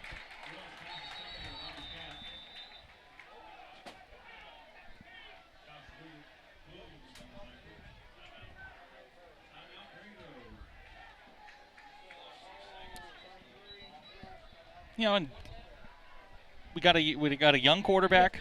We've got a young quarterback. You got to stay calm. Yeah, that's the first one. We've got 2 left. They've used some. We haven't used one. Just now, first one. No, I think after Dylan's catch was a timeout. That was theirs. They called that? They called that timeout. Yeah. All right. Confusion on the field, confusion in the press box. Tell you what, Eli took a pop on that one. His helmet came off and was down for a second. I'm watching him right down here. He looks to be all right. Looks like we may be doing an equipment check on him. Well, third down and 4, ball at the 33, 20 seconds. We lost 10 seconds a while ago, in my opinion, for not using a timeout. To me, on a running play, when you got 3, if we only had 1 timeout or 2 timeouts, I get it. But with 3, I think we should have taken a timeout there. I think we should spread it out and chuck it to 17. That's a mismatch. That is a mismatch. Look at that. Oh my gosh. Josh Blue's a good player, but Dylan can go right up over him. Oh my gosh. Just get it up, Morrell. Just get it up. Morrell. Yeah, he's going to take off. Get out of bounds, young man. Get out of bounds. Good play. Good play. He Zach, took a look deep. Yeah, Zach, he didn't force anything. But to me, good play, nice job.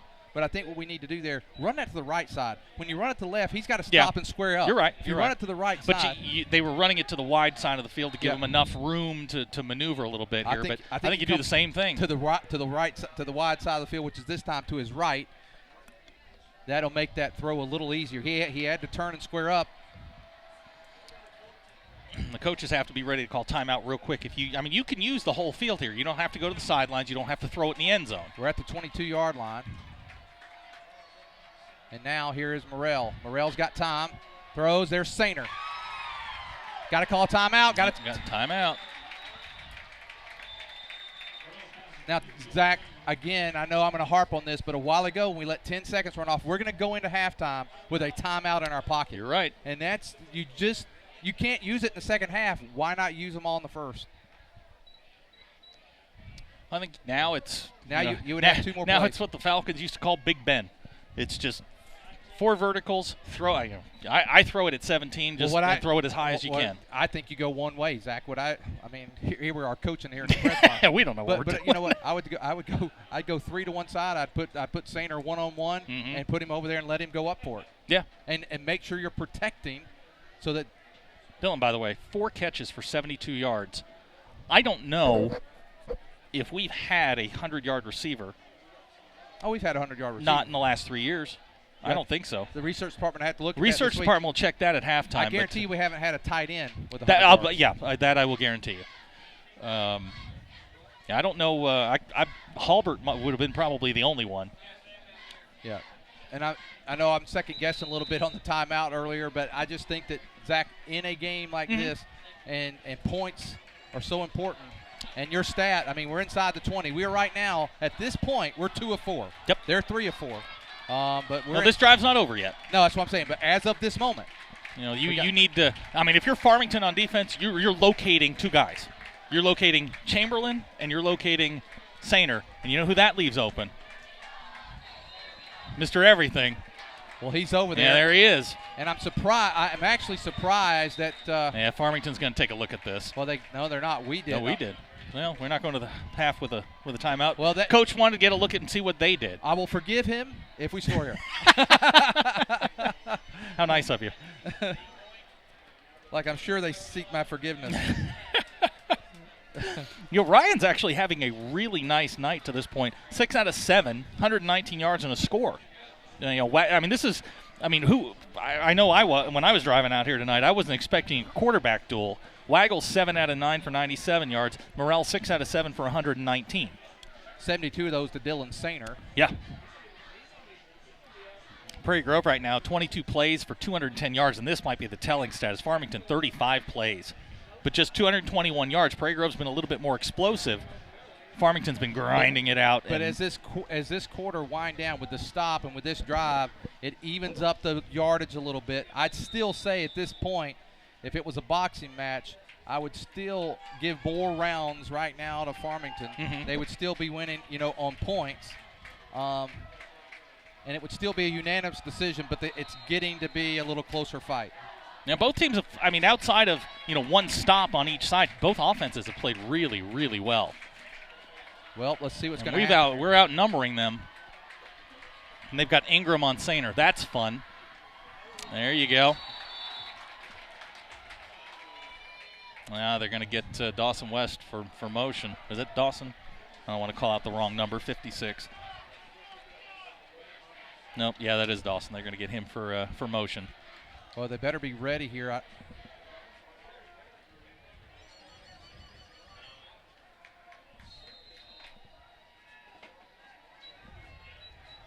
Same play. They're going to run it. I saw Elder just say roll with it.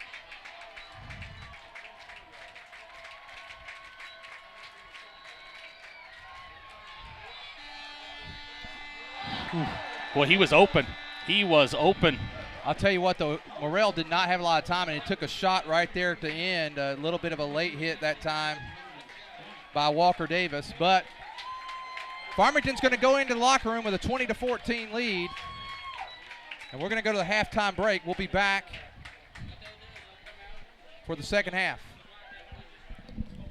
And the bands, we will leave on. The bands will stay on during the halftime. You just bought that first home, or maybe the first new car, and you want it properly covered. Think Shelter Insurance and Mark Spence. Or maybe you just welcomed into the world that little gift of a child. You want to make sure that their future's secure. Think Mark Spence and Shelter Insurance. Let's face it, you want someone local, someone that you know, someone that can be by your side when you need them to be there. Think Mark Spence and Shelter Insurance. Home, life, auto, RV, boat, motorcycle insurance. Think Mark Spence, your local Shelter Insurance agent. Call 846-2999. That's 846-2999. Shelter Insurance and Mark Spence proudly support Tiger athletics and activities.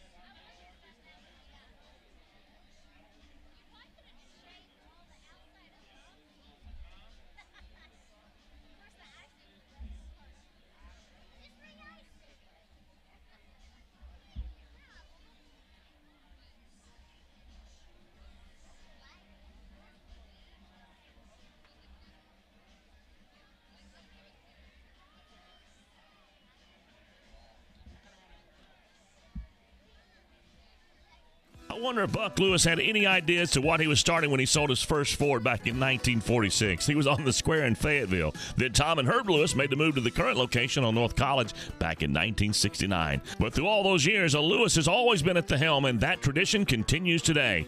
It's that kind of family value and heritage that makes Lewis Automotive the place to buy your next vehicle. Be it a Ford, Dodge, Chrysler, Ram, or Jeep, new or used, you can still find a Lewis standing behind every single deal. Award-winning service, 6 locations, and over 1,000 vehicles. It's amazing. A lot has changed, but the Lewis heritage and tradition continues. Lewis Automotive, proudly serving Northwest Arkansas since 1946.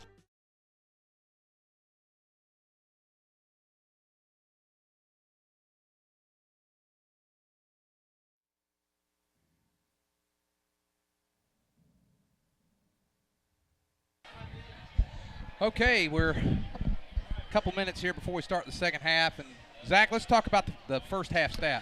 Yeah, pretty interesting. I think after, Prairie Grove kind of got their feet under them and everything's, back to normal a little bit. Prairie Grove not running the ball particularly well. 15 carries for 91 yards. They have thrown for 119 yards. I can't remember the last time we had more passing yards than rushing yards. But overall, 23 plays for 210 yards. That's 9.1 per play. They've had a lot of big plays in the passing game. Farmington has run for 124 yards, 109 of that by Justice Hobbs on 22 carries. That's a lot of work for Justice Hobbs, but he's 22 carries, 109 yards, 3 touchdowns. Farmington throwing it pretty well, 97 yards to this point. No turnovers, which is good for both teams. We did have a fumble, but we recovered it. Yeah, Prairie Grove with 4 penalties. Those have been killers to this point. Farmington with just 2. One of them an 11-yard penalty. We'll talk about that later. But mentioned Bryce Waggle, the quarterback from Farmington, 7 out of 9, 97 yards. Ryan Morrell really playing well. 6 out of 8, 119 yards and a touchdown.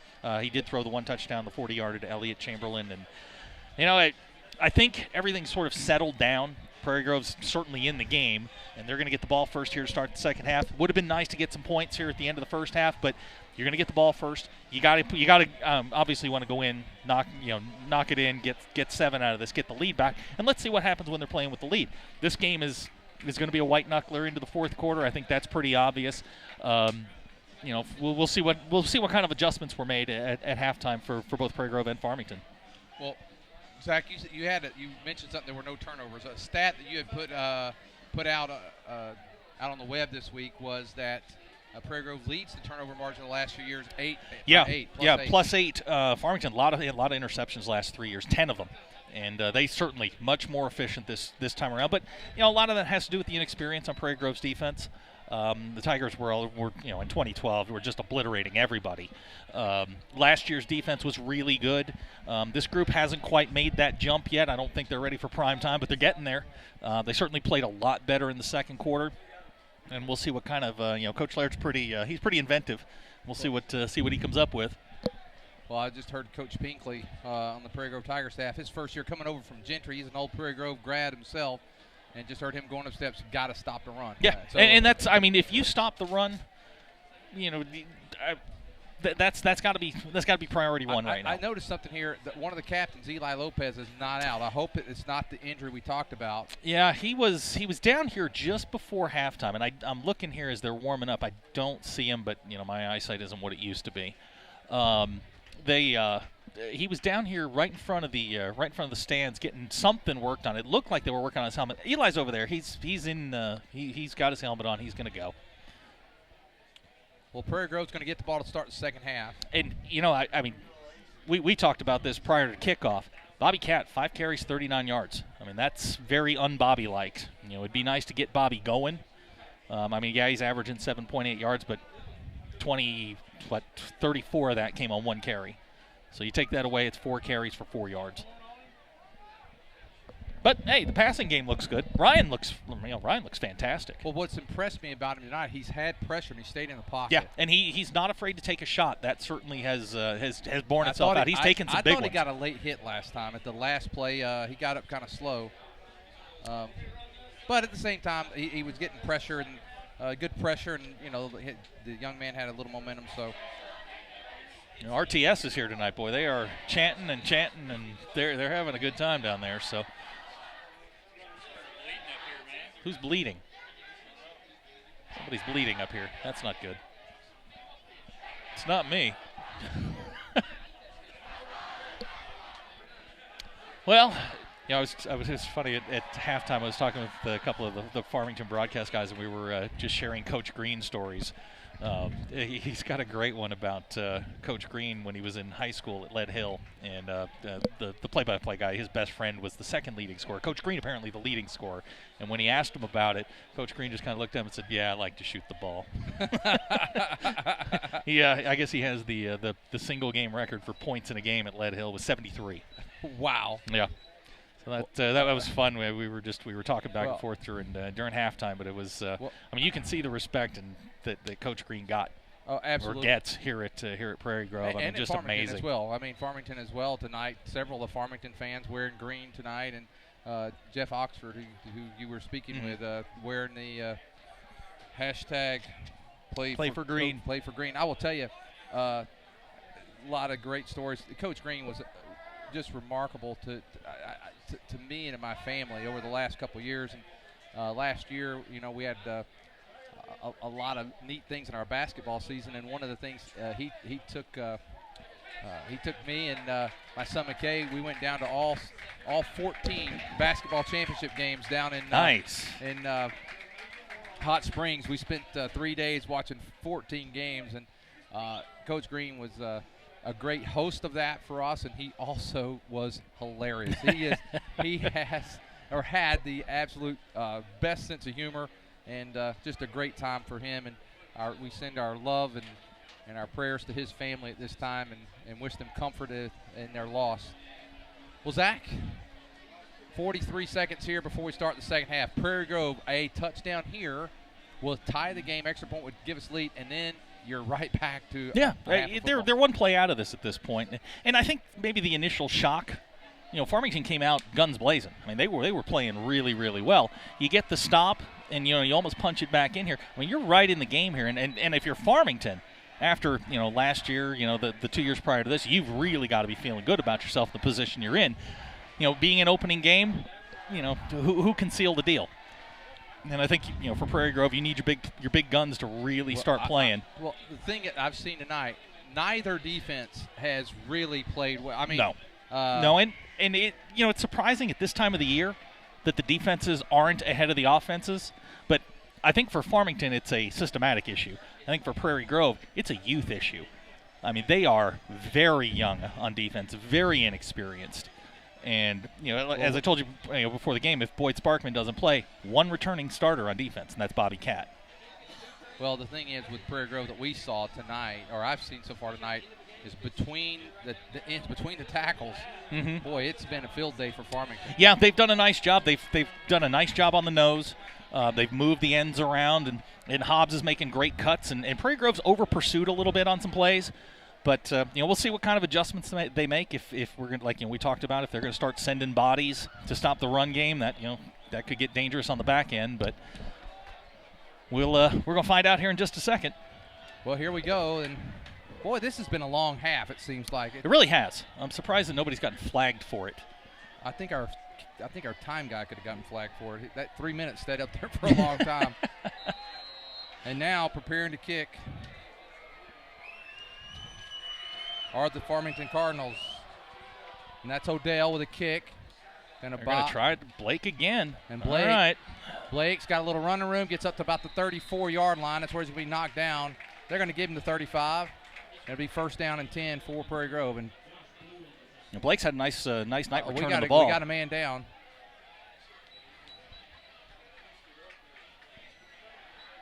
Is that Falk? Yeah, I don't see him getting up. Yeah, that looks like Blake. Yeah, that looks like a cramp.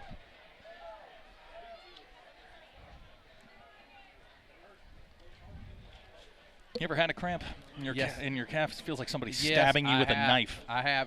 Matter of fact, though, when we got them, when I played back, we had the leather helmets. If we got him, we had to run the following week. So if we had a kid on the field that had a cramp, we put him in the huddle and hit him. We did not want that to be discovered. That is he's definitely got a cramp. He's walking that off. That's one of those things you just kind of stretch it out, massage it out, get some water, and wait for it to leave. Give that boy some pickle juice. He'll be all right. Pickle juice. Where are you from? I just remember they used to put a pickle juice down here. Anthony Sharp used to drink it all the time back in the 2008 season. I used to see him drinking pickle juice all the time. I got nothing for you on that. I don't really know what to say to that. But now who are they going to put in there? It should be Sam Dodd will probably replace him. And that is Sam Dodd. Sam will replace him as the wing back. And Sam, I mean, you really don't lose a lot with Sam. Sam's a good physical runner. And now what are we going to get here? It's got to be motion. Yeah, and at least it's before the play, so.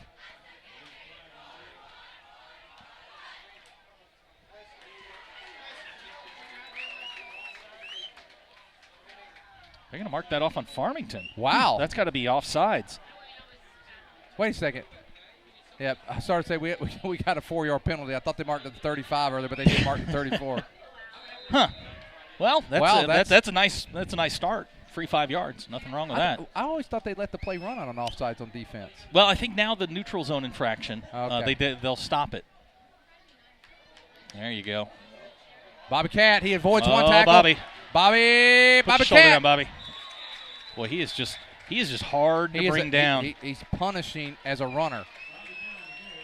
Got another kid down here with a cramp. Looks like number 25. He's got a cramp. It's 2 and 3 plays. Well, that is something you do see a lot at this time of the year, and that's Josh Williams down there. And we didn't really talk about it. I mean, the weather, it is hot. It is humid. It was 95 degrees here today, and it is definitely humid. And you know, the guys they're going to start some of them are going to start cramping if they're not properly hydrated. But he looks all right. Walk that one off and be back in a play or two. Well, that's going to bring up 2nd down and 3, and still Bobby really hasn't. 6 he had carries, one big run. Yeah, 6 carries, 42 yards. Again, 34 of it came on one play. And Farmington's done a nice job shutting down the sweeps. I mean, they've done a really, really good job against Prairie Grove's run game. There he goes. There goes Bobby Cat. Oh, nice tackle. Hey, you know what? If you're Prairie Grove, you take that. He got loose. I mean, how many times are you going to bring Bobby down one-on-one in the open field? That was Josh Blue. Josh Blue has been at Farmington since 1940. I'm telling you, he has been he's there a senior forever. Now. Only a 5'7", 150 senior. He's got to be a 20th-year senior. He has been there forever. He and Ingram have. I make light of it. I mean, they've been there, since I hope 2011. But I mean, it just seems like we're constantly calling their names. 1st down and 10 for the Tigers. Ball at their own 47. Here is Morrell. He's got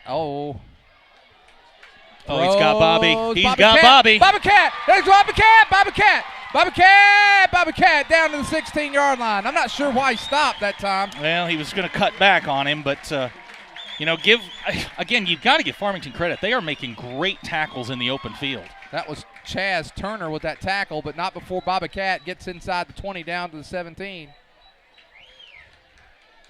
Now the Tigers knocking on the door, trying to go up for the first time tonight. Got down 14-0, settled down a little bit. Gotta like the decisions that Ryan is making. I mean, he looks very composed. And he's staying in the pocket with pressure. Mm-hmm. There was pressure again that time. He's taking some shots. It's going to go to Eli Lopez. There goes Eli Lopez. Eli. Give him 6. Eli Lopez has tied this game. Well, that was well set up. I mean, they had that. They had everybody looking at Bobby, and then bam, you hit Eli right up the middle. And now, after a 14-0 lead that Farmington had, it's now tied up at 20 with an opportunity for Gaulden to take the lead for the Tigers. Again, the special teams. Both teams have actually been pretty good in the special teams. Prairie Grove's kick coverage has left something to be desired, but so far so good, I think. It's a good snap. Kick is on the way, and it looks like Gaulden has taken the lead for the Tigers. Prairie Grove 21, Farmington Cardinals 20. We'll be back after this. Something's missing. Your life just seems to have that little something that hasn't fallen into place, and you've tried all the world has to offer, and you still have that empty feeling. Does it sound way too familiar? Well, Prairie Grove Christian Church invites you to experience God on a personal level, and don't worry about being judged. We all have sinned and fall short of the glory. But at Prairie Grove Christian Church, we're all about loving God, loving others, and serving others. And PGCC has something for every member of the family: kids, youth, adults, and more. And 2 services on Sunday that you're sure to find one that fits your schedule and your needs. Simply put, God tells us to seek Him first, and all these things will be added unto you. What are all these things? It's called a Christian life, and we invite you to feel the difference this Sunday at Prairie Grove Christian Church.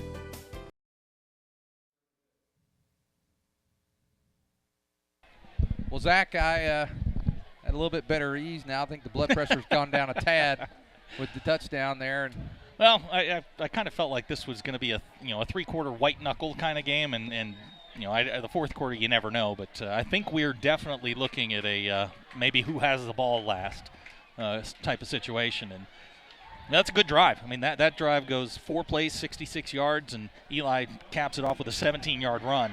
Eli now 7 carries, 53 yards.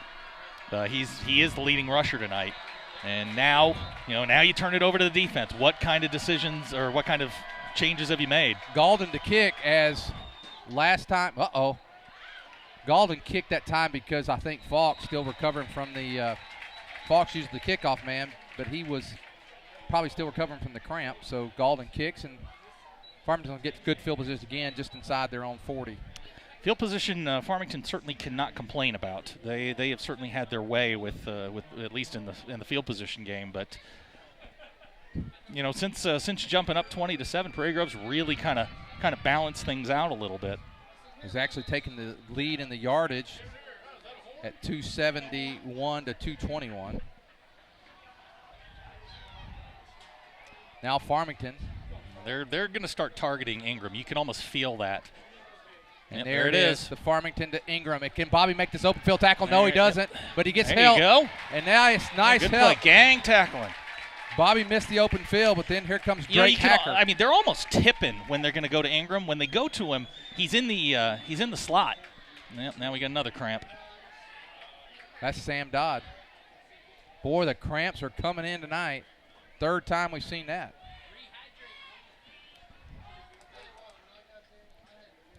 And I'm certainly no defensive coordinator here, but Farmington's starting to tip their hand a little bit. If Ingram's in the slot, they're throwing to him. It's either that or it's Hobbs on the option dive. That's worked so far, but it was good to see bodies to the ball that time. Absolutely. How'd you like my call there just before Eli took it in for the 6? I did like that. I told you I was still going to Eli. I did like that. I don't get many of those right. I had to brag. You play a lot of Madden, don't you?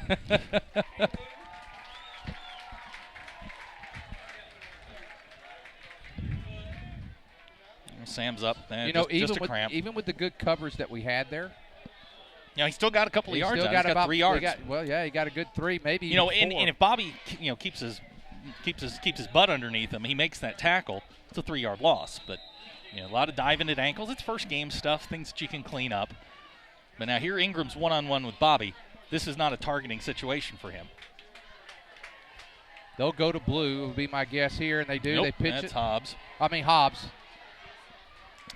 You know what? Prairie Grove they've made some adjustments here. They've done a better job, the last, 3 drives in containing that. Well, it's now 3rd down and 5, and Prairie Grove has not. What we haven't seen is a lot of blitz. A lot of the, last year you would see Nodier going through the middle. Year before that, it was Jacob Call going through the middle. Haven't seen a lot of that tonight. It's a big 3rd down here because Prairie Grove can keep them here. They will probably punt. And you got Ingram over there on Downey. They're going to him. And good play. In and out of the hands Good this time. play, Zach Downey. Well, actually, that was Chamberlain that time. Was it Chamberlain on them? Chamberlain that time. That's a good play. And you know what? That's an adjustment. Now, Elliott's certainly a hitter. Well, I'll tell you this. Farmington's offense is now not what? coming off. They're not coming off Well, now field. hang on. Waggles the punter. Now, this is the formation they were in the last time when they quick kicked it. And it doesn't look. Looks like they're going this time, Zach. And they're kicking it. It's okay. And you know what? It's a smart move for Farmington because Prairie Grove has to honor it. Oh, absolutely. But the ball's going to rest right at the 20. And so now the Tigers, for 2 times in a row now, have put a stop to the Farmington offense. And it gives our defense a chance. That's the first 3 and out tonight, Yeah, Zach. that's the first 3 and out. And tonight. that's, that great play over there by Elliott. But the thing you have to be careful now is when they run the stop and go. You know that's coming at some point. Elliott jumped that one pretty good. But that's a change with Elliott over there on the corner. That's an adjustment that Prairie Grove has made. Well, 9:13 to go here in the third quarter. If Prairie Grove puts together an 80-yard drive here, Zach, all of a sudden the game becomes a much. Well, they've wrestled control of it, and that's they're like a slow bludgeoning hammer. I don't think Prairie Grove. And one thing that we've seen tonight is Prairie Grove's got big play capability. And now here comes an option. There's Morrell. Morrell's going to keep. Hey, that's 6 yards. That's almost 7 yards there, Zach. And, Zach, I would tell you, I was comparing this to a boxing match earlier. It's now been pulled even, in my opinion. I think it's And Prairie Grove has done a really nice job not panicking. Another cramp. We got another cramp. Who did we lose this time?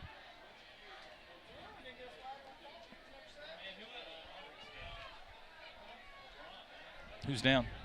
I can't tell. Is that Blake again? No, Blake's right here. That's Bobby. And Blake's walking off again. Yeah, he was hobbling coming out of the huddle. And that's Bobby on the ground. That's a big loss. Get these boys something in them. Come on, guys. Drink the water. Pickle Don't carry juice. it around. Pickle juice.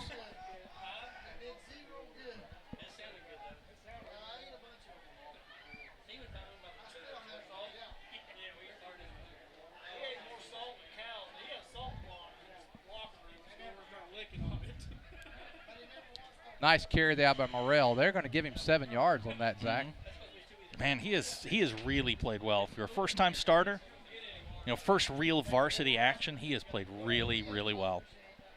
He's been impressive. The most impressive thing to me is the way he stayed in the pocket. Mm-hmm. He stayed in there. He's taken some shots. He ran the option well that time.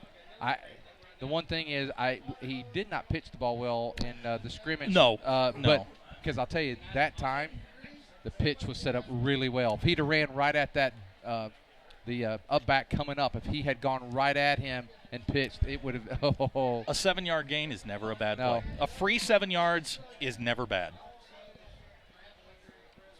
I've never seen, this is our, 4th year doing this. I've never seen a cramp fest like this. And, it's getting cooler. It's still probably, in the 80s, but it is, with the sun going down, it's definitely cooled off.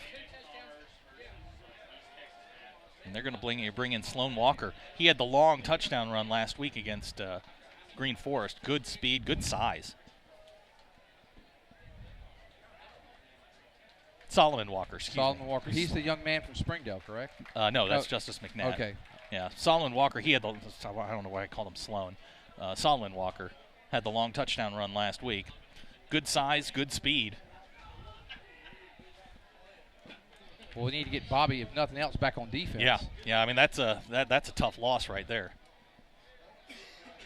So Prairie Grove down a couple of men with 2 of their better players with Falk and Bobby Catt.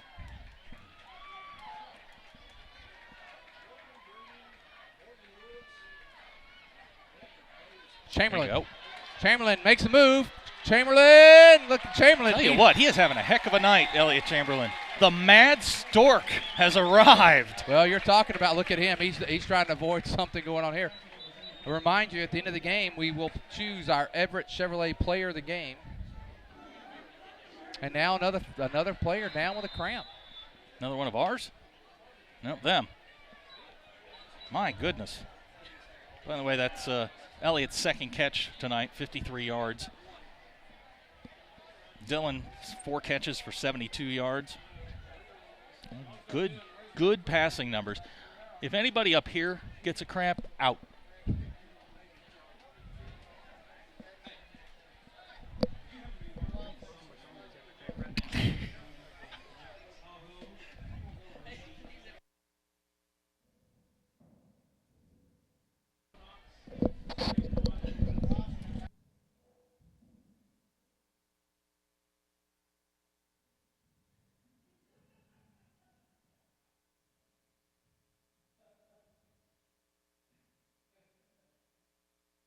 Wow. I've never seen anything like this. This is the 5th one, and we're not even. I'll bet you we've run, 10 plays here in the second half and had 5 cramps. Yeah. We haven't run 10 plays. They ran 4, and we've run 3. No, we've run 10. They've run 4. Oh, that's right, because we had the. We had the touchdown drive. How could you forget that? You called that. Yes, I think we should just have a big group stretch. Is Bobby still over here on the side? Yeah, Bobby's still here. Sam's getting ready to go back in. Cramps are just one of those things, man. You massage them out, and you're going to have to deal with it. It's going to be sore.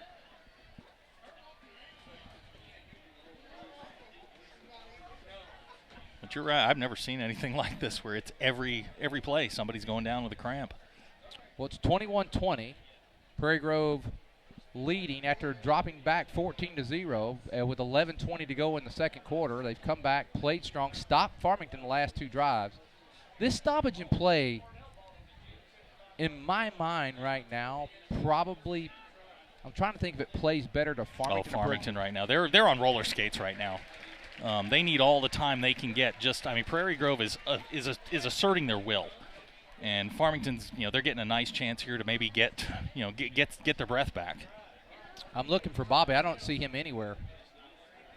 Bobby Cat. Pottsville beating Gravett 28-0. I'm telling you, the 1-4A is taking body blow after body blow. Well, I told you earlier that I thought this might be a softer year in the conference, and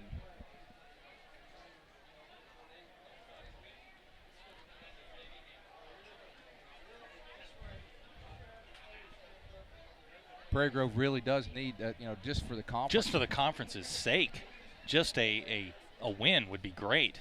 Bobby's still over here on the side trying to recoup.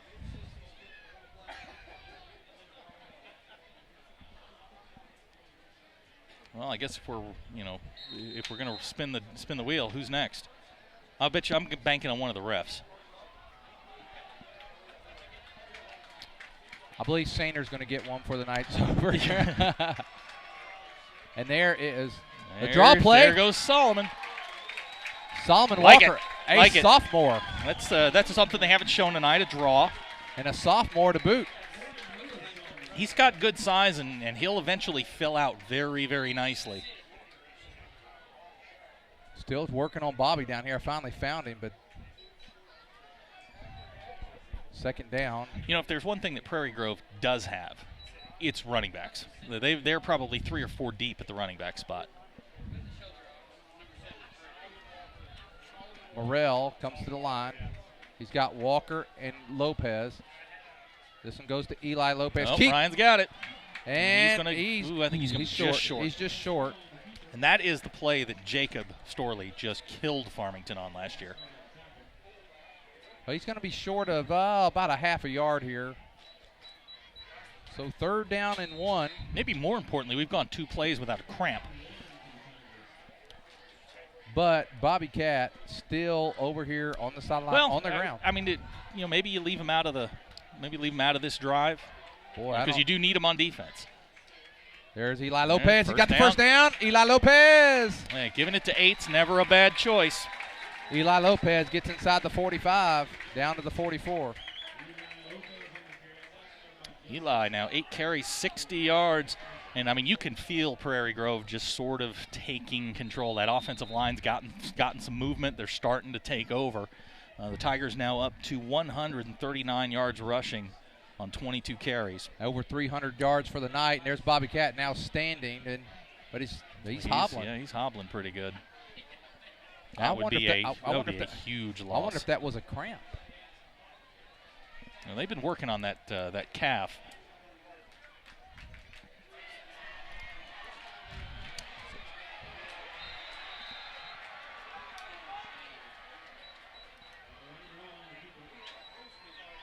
Wow, good play that time by the Cardinals.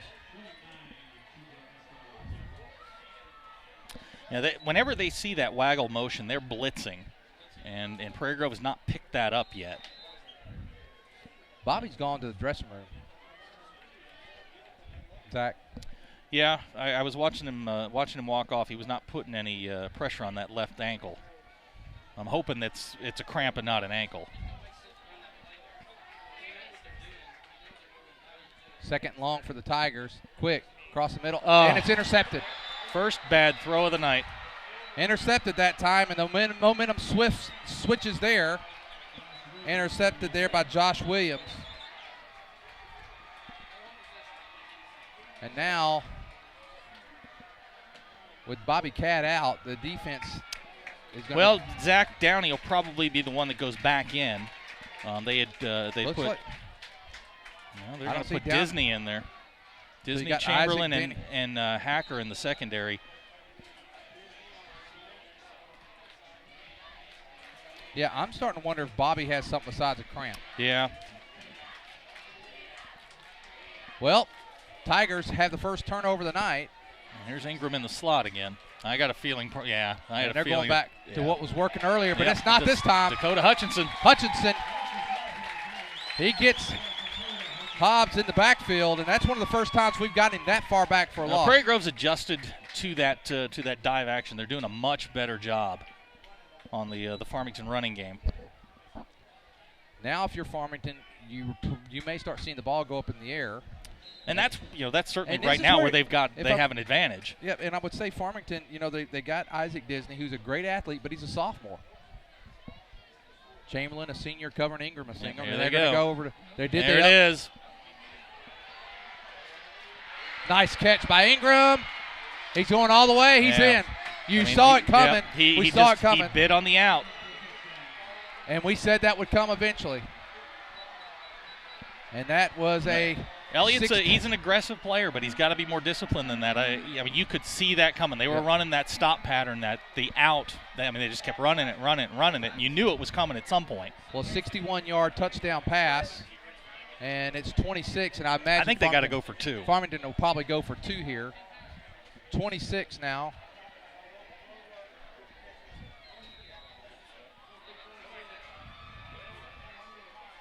I know I keep talking about Bobby Cat, but I'm really worried because I have not seen him come back. Not sure what's going on there. Well, the turnover. Yeah. That's a 14-point swing. The first one of the night, and those are big. They're going for 2 here, and now they're going to – he's doing a little bootleg. And no, it's no good. Did not come up with it. So 26-21, Farmington regains the lead, but Tigers, if they put it in the end zone, will take – the lead. Well, Farmington with the lead there, Zach, 26-21, 5:06 But to go. you could just, after the turnover, you could just feel that they were going to take a switch. shot at some point.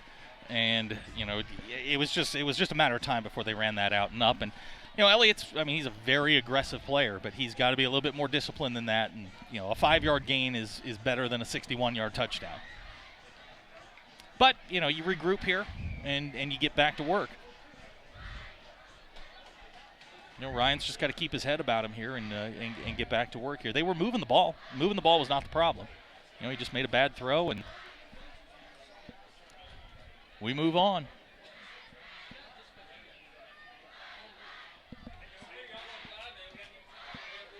Well, the Battle of Highway 62 is living up to its reputation, Zach. Yeah, they're certainly they're certainly fighting it out, and it's odd to have this game this early in the season, but this is something I could get used to, a post-Labor Day battle like this. By the way, Ingram now 7 catches, 147 yards. Well, he's made up for his last couple of years. Yeah, he has. Yep. Yeah, he definitely has. Waggle with 161 yards passing. Well, Prairie Grove needs to respond here, and then we go into the fourth quarter with no time to panic. You don't have to panic. You can run the ball. Just you gotta limit turnovers. Turnovers are killers. And now here is Falk. Falk's going to take it at the 20. He's got a little room. Here comes Falk. Falk up to the 44-yard line. So Blake Falk, nice carry that time, or nice return, up to the 44. Now the Tigers are back on offense. He is a load when he gets up a head of steam. But that's that's good. Now you're starting with good field position, and Blake's limping off again. I'll tell you what, these cramps or ankles and things that are going on could prove to be costly. They really could. You've knocked out 2/3 of your starting backfield. The good news is, again, Prairie Grove's really deep at those positions. A lot of the guys just don't have a lot of experience. Walker and Lopez in the game.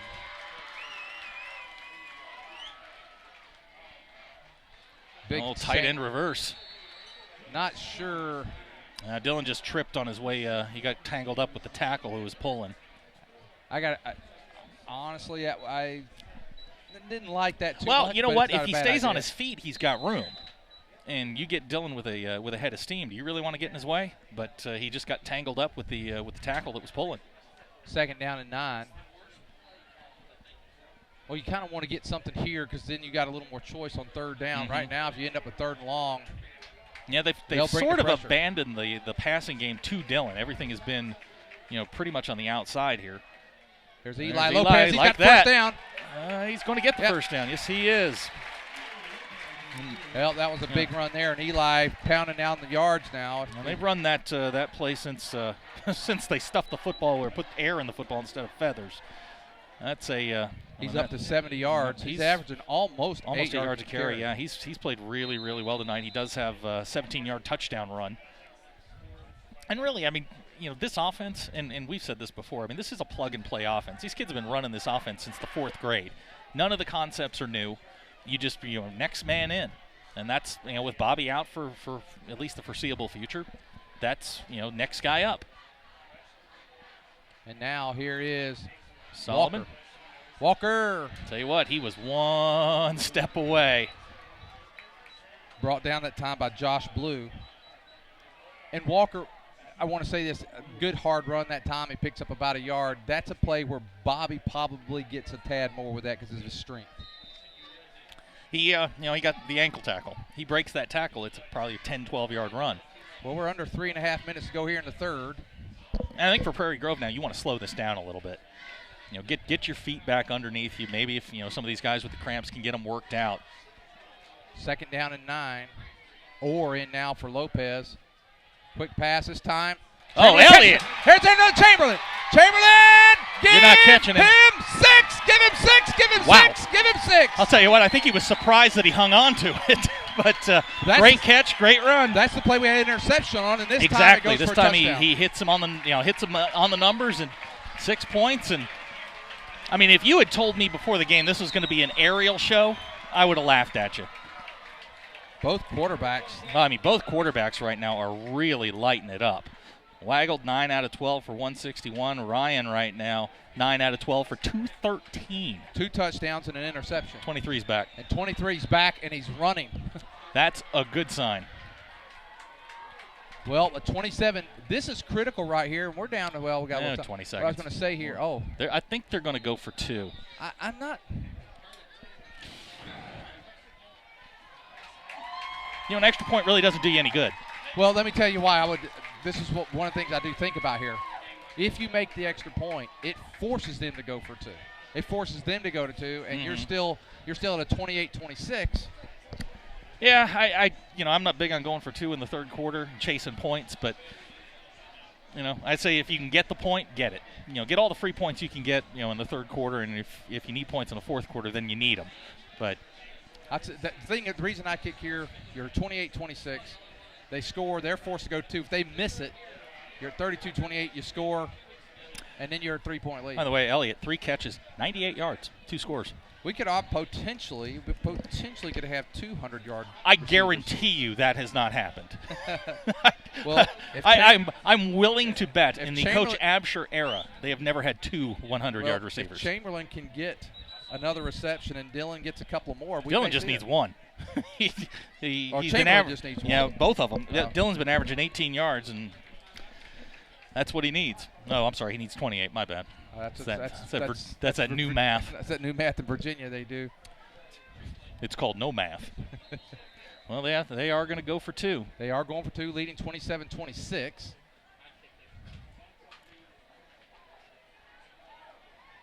You got Orr in the backfield. They're going to go out of the shotgun.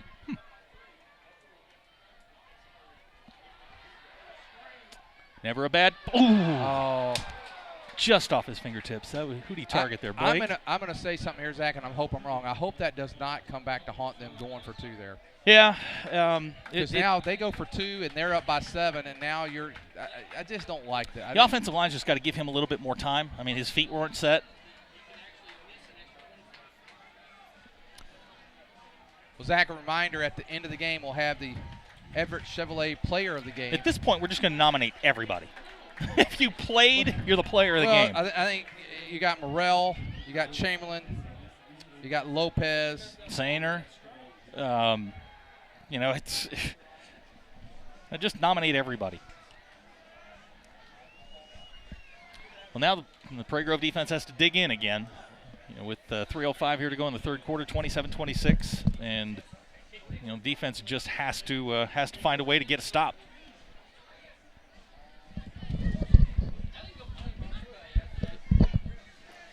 .305 to go in the third quarter. Just building a consensus here in the press box. You see me I'm getting my votes here. 27-26, Tigers lead. 3:05 to go in the third. Falk back in now to kick off, so he's doing better. Bobby Cat was walking around. I don't know if he's on the field. He ran from the locker room here. He's down here next to Dylan. He's going in. He's getting ready. Oh, I like that. Yeah, the U.S. men's national team chant the "I believe that we will win." That was soccer. They had a big tournament this summer.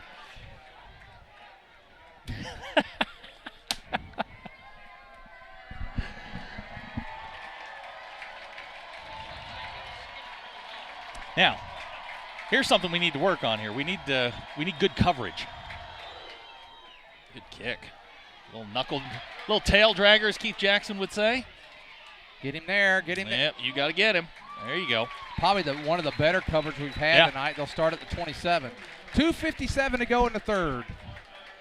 It's been a slugfest, and comparing it to that boxing match, Zach, we now have an evenly matched game. They're just standing in the middle of the ring throwing punches.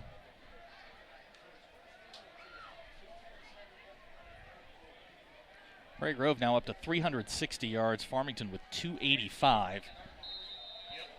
It's certainly the most offensive game we've seen in a couple of years. And guess who's in the slot again? It's Ingram. Yep, now he'll bring him in motion. Good run there. Is that blue? That is blue.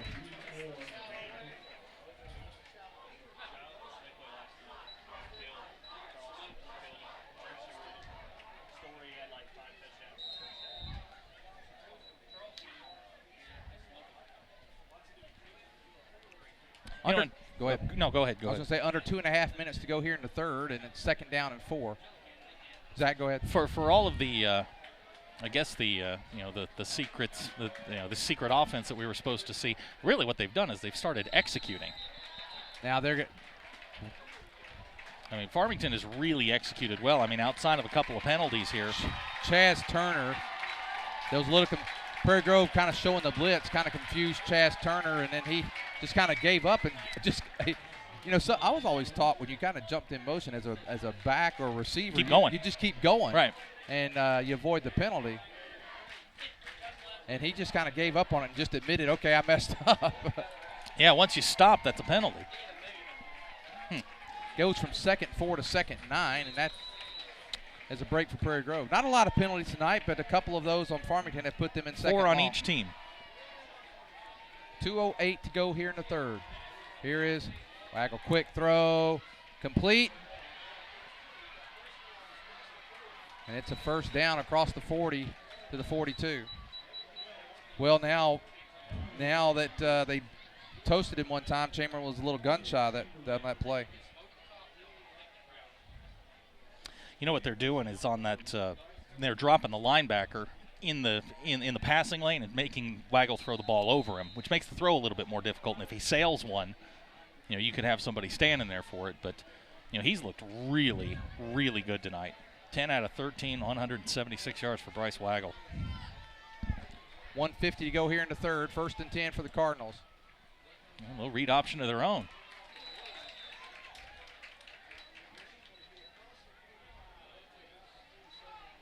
That was Blue again. Blue again. You know who hasn't made an appearance here?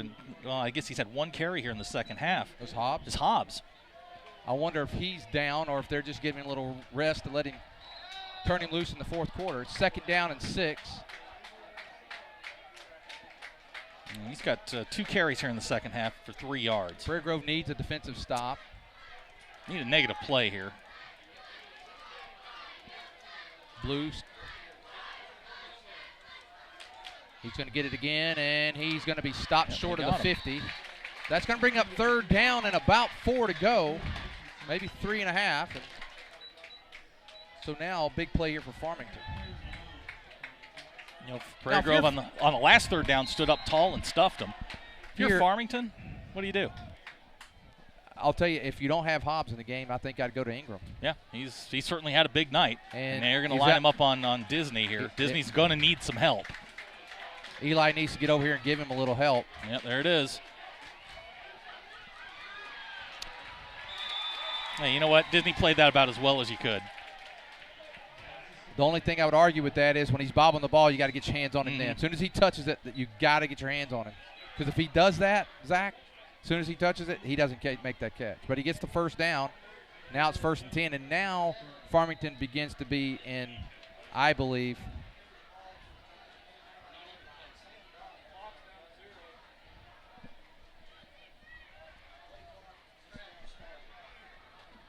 I was watching the play close. They're going to let it go to the 4th. Yeah. But what this is now Farmington is in 4-down territory the rest of the way here, unless they lose some yardage. So, well, that's going to be 3 quarters of play. Prairie Grove comes back, takes the lead here in the 3rd quarter, leads at 27-26. 1 quarter of play to go.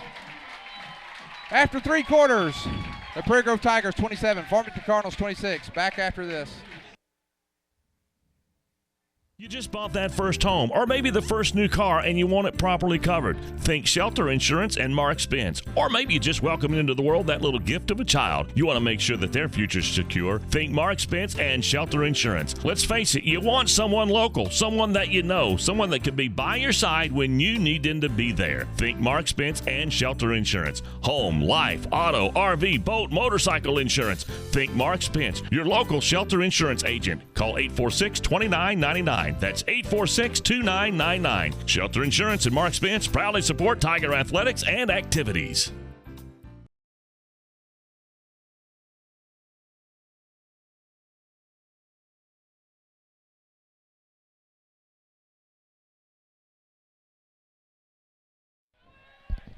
Well, Zach, we got 1 quarter left to go. It's been an exciting game, and if I was to describe it, it would have been the first 3 rounds of the boxing match went to Farmington, and it looked like it might be a TKO.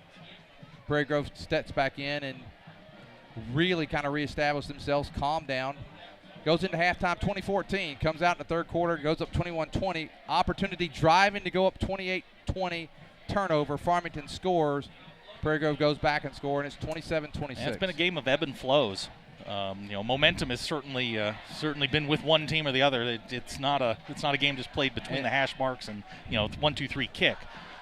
Big plays on all sides. We've got 61-yard touchdown passes. We've got if you had told me 3 hours ago that Prairie Grove would have 2 guys that could have 100-yard receiving nights, I would have probably laughed and said no way. But Prairie Grove has they've run the ball pretty well. 147 yards on the ground to Farmington's 136. And passing numbers are just, for these two are just staggering. Prairie Grove with 213 through the air. Farmington with 181. Well, I'll tell you what's surprising me. You had Hobbs at 90-something yards in the 1st quarter.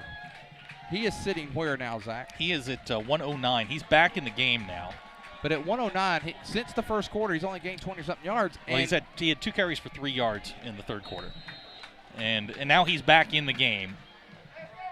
And should be well rested. And they also line up in front of him, Yoakum. And so I think they they're may going to go try back to what they're going they, right back yeah. to well, now they pull it, they fake it, they're looking for Ingram, and good the ball's in the air. Good play. Cole McClellan, nice play. He dropped it. He read the waggle action, read that correctly, got back in his zone, picked up his man, and well, the coverage, I didn't see who it was, but the coverage on Ingram that time was pretty good as well. Yeah, that was Disney. Disney was right there with him, and he was leading him right to Hacker, who stayed home. And that's the play that they had the big gainer on in the first half, where Bobby let him go, and Elliott didn't find him. But Hacker did a nice job picking him up, and they took that away because that's the first place he looked. Well, 2nd and 10. This is a big second down, because if you can get them 3rd and long, and I thought I'll tell you what, they definitely fooled me that time. I thought they were going right back to what they had been doing, and now they're going to go to Hobbs. Hobbs hit. There you go. Oh, he got away. Oh, he picks up about 2 or 3 yards. He was hit for no gain, and now he's going to pick up about 2, and so it's going to bring up 3rd and 8. And now if you're Coach Laird, I mean, do you dial up the pressure? I mean, I think if you're Farmington, you're in 2-down territory here. You need 4 or 5 yards out of this play to make it manageable. That means you don't have to necessarily go to the air, but, I mean, to be honest, Waggles had all night back there to throw. I mean, they have not gotten pressure on him at all. Well, they've only got one guy covering over there. And now he's rolling to his right. He's looking. He's going to throw. And it's off the fingertips. He was open. But it's going to be 4th and 8. And now the question is, does he give the Tigers the ball or the chance to get the ball at the 44, or does he do the other quick again? I think he'll line up in that formation. Well, now they've shown the same punting formation twice, which is Waggle in the shotgun. They'll stack Ingram and Hobbs to one side. At some point, that's going to be a fake. You know that.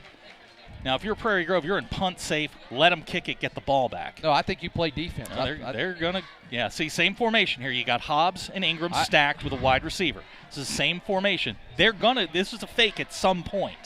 I think you play defense here. They're going to go. And no good. See, and I don't mean any disrespect to Coach Adams, but this is the problem. It's 4th down. You're down 1 point. Your defense is playing relatively well. Why? Now you're giving Prairie Grove the ball at the 44-yard line. One play. All Prairie Grove has to do is break one play, and you're putting yourself in a situation where you've got to score and go for 2 just to tie. If they can make the extra point. Well, yeah. But I don't get it. I don't get why you would do that in that situation. Your Waggles kick the ball really well. Put him inside the 20-yard line. Make him go the length of the field. Play the percentages. Bobby Katz back in at a wing back in this particular formation. There's Blake Falk in motion. Falk. He's got a little room. There goes Blake. See, there goes Blake Falk. Look at Blake. He's inside the 35-yard line. Hey! I mean, don't get me wrong. I'm glad this is happening, but why? If you're Adams, why do you do that? Well, it's now 1st down and 10 for Prairie Grove, and now another player down. I mean, you just gave Prairie Grove a shot of adrenaline that you didn't want them to have. And Blake now 2 carries, 21 yards. That's a big bug. Oh, why don't you throw it on me, Zach? Well, the one that came in here last week was as big as a rhinoceros. Might be the bug that's carrying the blood everywhere around here. Well, Zach, we got another man down, and why don't we take a commercial break? We'll come back in just a moment. PG Telco is the proud sponsor of PGTigersOnline.com, where you can find out all the very latest of what's going on with all the sports teams right here in Prairie Grove. But PG Telco is more, a lot more. They offer phone, internet, long-distance services, and bundles, making it all affordable. And that includes DirecTV. For your home or office, staying connected to the fast-paced world is as easy as calling PG Telco. Call 846-7200. That's 846-7200. PG Telco, built on community, focused on progress.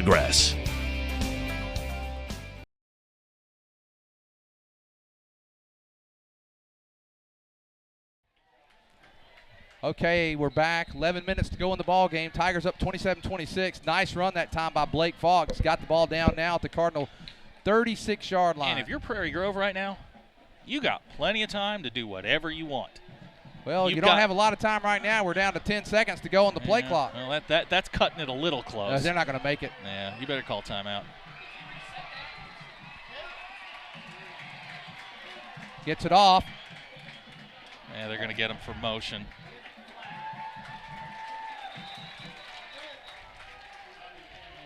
Motion. They did get him for motion. So Bobby Cat with a nice run, and it's all for naught.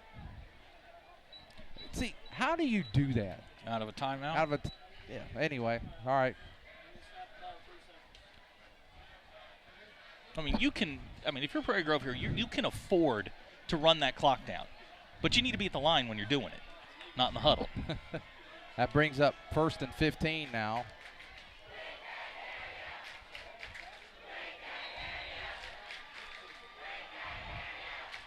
It's Prairie Grove's 5th penalty, 30 yards.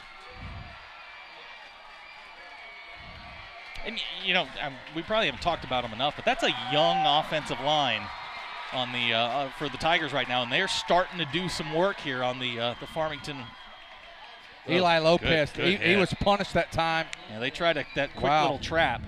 Number 71, Matt Duffy, and he said hello. Yes, he did. He announced his presence with authority. I'll tell you what, that penalty could be costly. It is. Again, and you were there. The night they played Shiloh in 2005 or 6, the 40-32 game. Robbie Absher would come up to the line of scrimmage, just watch the clock, roll down to 5 seconds, snap it with 5 seconds, shorten the game. Morrell, he's in trouble this time, throws. Oh, can't do that. Can't do that, Ryan. First time that he's kind of panicked a little bit back there. But and he's not getting a lot of time. I mean, when they run that waggle action, they're sending a lot of people. They came out of that fake that time. That wasn't a smoothly run play. Yeah. And now it's 3rd down and 15. So the penalty played costly this time, Zach, in Prairie Grove in a 3rd and long. But now if I'm Prairie Grove, I definitely, if you don't make this, you got to put them back deep. Yeah, you have to. Make them go the length of the field, play the percentages. A 90-yard drive there's not a high percentage for 90-yard drives. I think I would be looking for Mr. Sainer this time. I think that's probably a pretty good idea. Well, they're going to run a screen. Screen to Sainer, but it's too low. Yeah.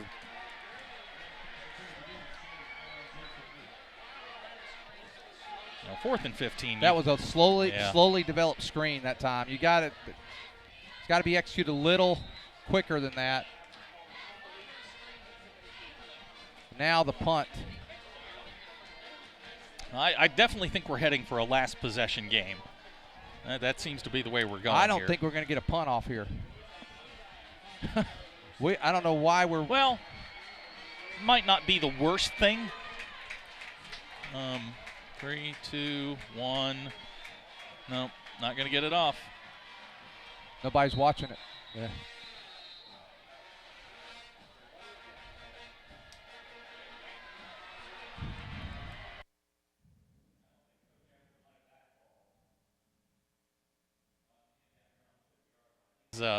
He's certainly letting his guys have the business.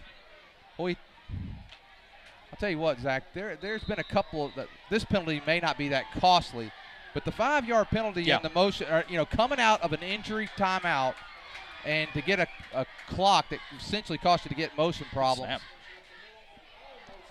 And he kicked that one straight up in the air.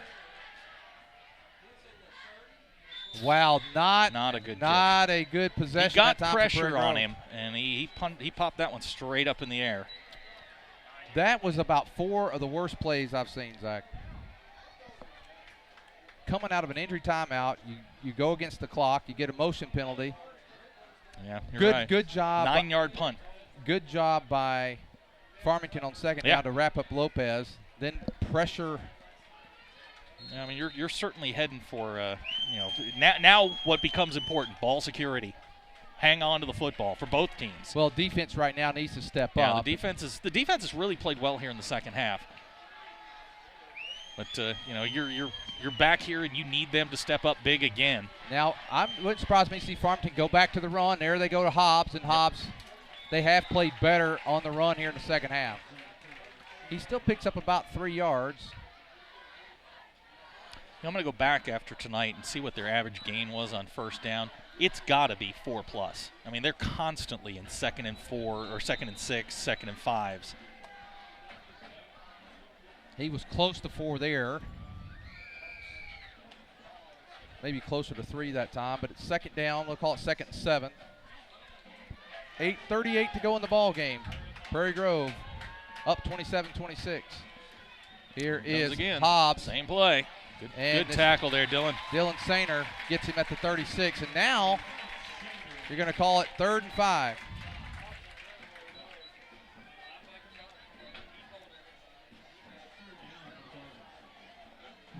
Creeping up on 8 minutes here, and you know, if you can get the stop here, I mean, now the pass defense has suffered a little bit here in the second half. I mean, they've had guys open, they've had some drops. You know, they had the long touchdown here. If you know, our secondary needs to tighten up here. Find Ingram. Here's Ingram in the slot. Guess where they're going. Yep. Here he comes in motion. Yep. Hobbs. Oh no! Not going to make it. Not going to make it. So the defense. Yeah, curious call. Curious call. I mean, unless you're planning on going for it, I mean, on 3rd and long, why are you running a dive? Well, now it is 4th down. And I think here you still play. Well, oh, you punt safe here. I still, yeah, I think you play for them going for it. Well, they went for it last time. Why wouldn't you? I guess why would you change your defense or your scheme here and treat it like a 1st down? Boy, they're going to go. They're just flat out go. Boy, this is really. He's got it. Yeah, he does. Prairie Grove out of position that time. I thought they had him. That's a good, strong run. Hobbs is getting up slowly. Here's what I would say, Zach. Good run that time. Give him credit. He got the 1st down. It's a gutsy call. Prairie Grove was not ready for that. They thought they were going to punt again. They got up there. They were out of position. And it's happened a couple of times tonight. Just some communication issues that will certainly get straightened out as the season goes along. I mean, it is the opener. All right, now you got Ingram one-on-one with Bobby.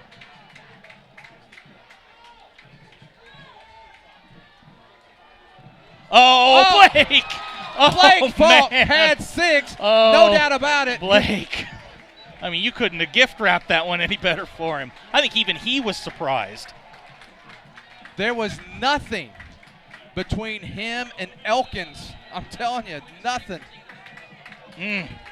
Boy, that was that's a big play.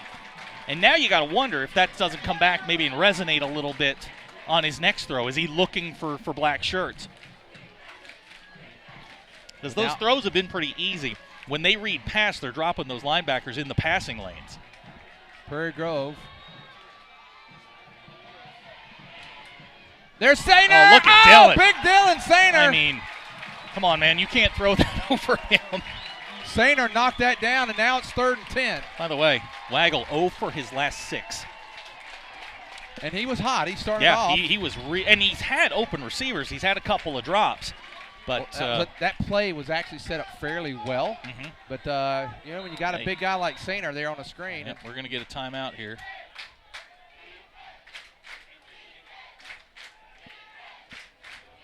And then now Hobbs is going out. Yeah, I think he got dinged, and that's why we saw blue for most of the 3rd quarter. I was told that he had a knee injury happen on Thursday, and he was questionable as late as this morning. 6:39 to go here in the ball game. Tigers up by 1. Boy, I'd like to get a stop and get this ball back. Yeah. With Bobby Cat back on the offensive side. Number 1 guy you're looking for right now is Ingram. Where is he, and who's got him? And Dodd has him right now. Let's see if we can get some pressure on Waggle this time. Here comes Orr. Orr's picked up. He's got a lot of time. Oh, my gosh.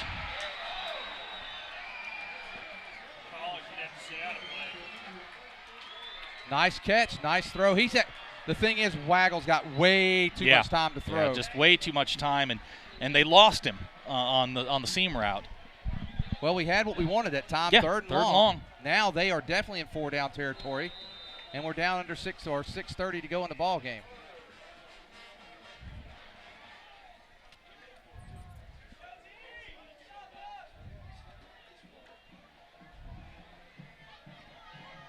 (27-26). Tigers leading, down almost halfway through the 4th quarter here. I think Farmington's going to have to burn another timeout.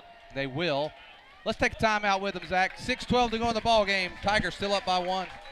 I wonder if Buck Lewis had any idea as to what he was starting when he sold his first Ford back in 1946. He was on the square in Fayetteville. Then Tom and Herb Lewis made the move to the current location on North College back in 1969. But through all those years, a Lewis has always been at the helm, and that tradition continues today.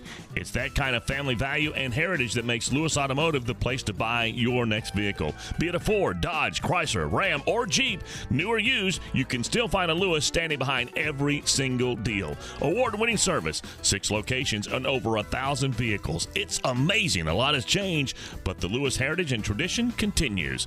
Lewis Automotive, proudly serving Northwest Arkansas since 1946.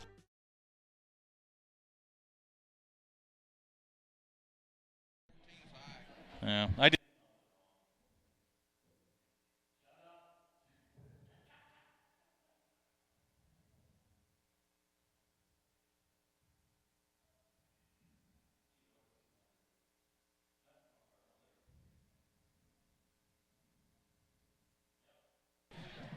Well, 6:12 to go in the ball game, Zach. If you're Prairie Grove here, you can't let them burn 4 or 5 minutes here from the 33-yard line. You've got to get them out of there. So coming out of a timeout, Farmington's not in any hurry right now. No, they got the ball at the 33. They're moving the ball. Good. I mean, defenses play well, just giving up some big plays. Here comes Blue, and a nice block. Bobby Cat, nope, he's still going. Wow. I thought we had a hold there on Eli, but. Well, they did a nice turnout block that time. I believe it was Sainer. Was it Sainer? Well, whoever was the end that time, they did a nice kick-out block on him, and he turned it inside. He picks up 6 yards, going to be 2nd down and 4. If you're Farmington right now, you kind of like how this thing has gone. Mm-hmm. The big 3rd down play, and they had a big 4th down play. So they've made plays when they've had to here. And now you missed him. He missed him. Dodd missed him. He had him a chance for a. Yeah, they had the right defense called, just didn't make the play. It's going to bring up 3rd down. And here we are again. Farmington, by the way, 7 out of 12 on 3rd downs, 2 out of 3 on 4th down. But I'll tell you what, they made plays because they made the 4th down, which was very close. We had him. He made a good, strong run to pick it up, and then the big 3rd down catch by Ingram. And Prairie Grove's got to buckle up here. You know they're going to either to me this looks like a waggle action fake. They're going to go here. Watch. Yep, they got him. They got him. Again, don't understand the play call at all. Do not understand it. Well, he does. He knows he has another down. Maybe he's trying to just pick it up there, and now Yoakum's going to get a little. He's hobbling a little bit there, and it's going to be 4th down. 4th down and about 4. Well, 4th and 3. Well, here we are again. I think here, Zach, they're probably going to go with a quick pass. I think we come up on them kind of tight here. Take your chances. We're down to 4:23. If we can hold here, Zach, timeouts and ball control becomes a factor. Can we hold here on 4th down? Now, you know, if they're going to throw it, they're going to Ingram. You know that. And they're going to come up tight on him. There's the waggle, and he's wide open. Nice. Woo! That was Bobby Cat. That's about as form of a tackle as you can get. Yeah, if you're gonna draw it up, that's how you do it. Unfortunately, they get the 1st down. Yeah, Nice play play set that up time. nicely. Yep. Really set it up nicely. Well, Zach, if you're going to criticize whenever they make bad play calls, that was a good one. That was a very good. That was a great play call. Great. I mean, they had Dalton on an island out there. You either commit to the quarterback or you drop off and find the guy. He went after the quarterback. So Josh Blue on the reception that time. It's 1st and 10 from the 12. 3:41 to go in the ball game. They call a timeout.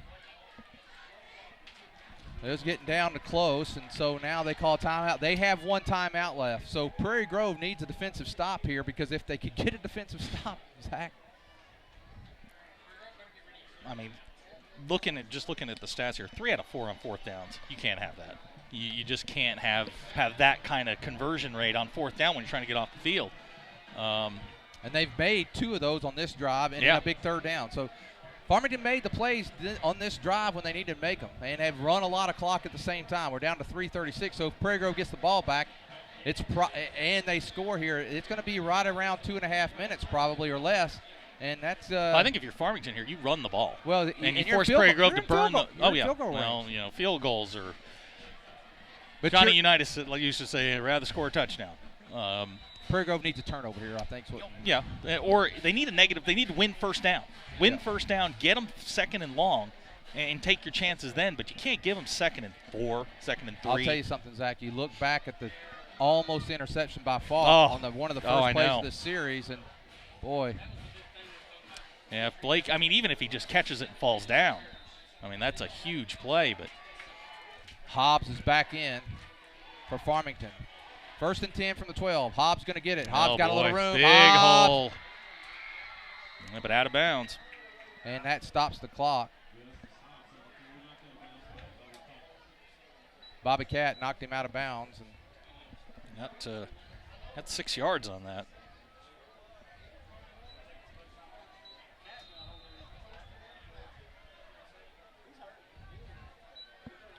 Hobbs.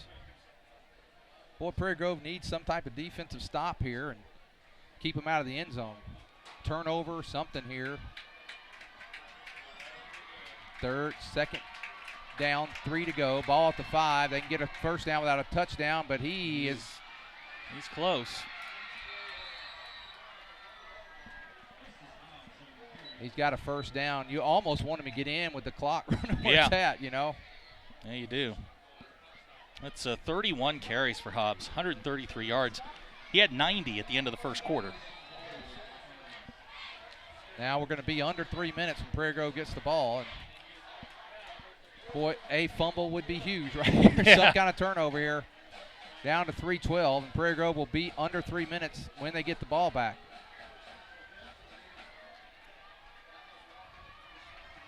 Waggle, he's going to probably give it to Hobbs here, and he does, and Hobbs is in. Touchdown, Farmington, 2:58 to go. It's 33-27, or 32-27. Well, I think if you're, obviously if you're Farmington, you're going for 2.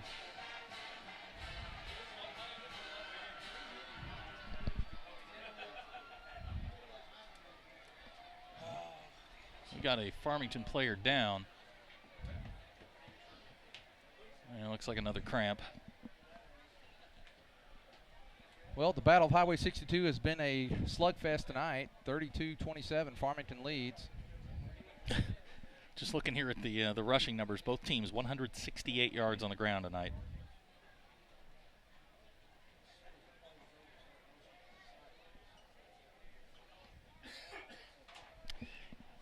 You brought up earlier the extra point. Boy, does that loom large right now. If they convert on the 2-point conversion, it's a 7-point game.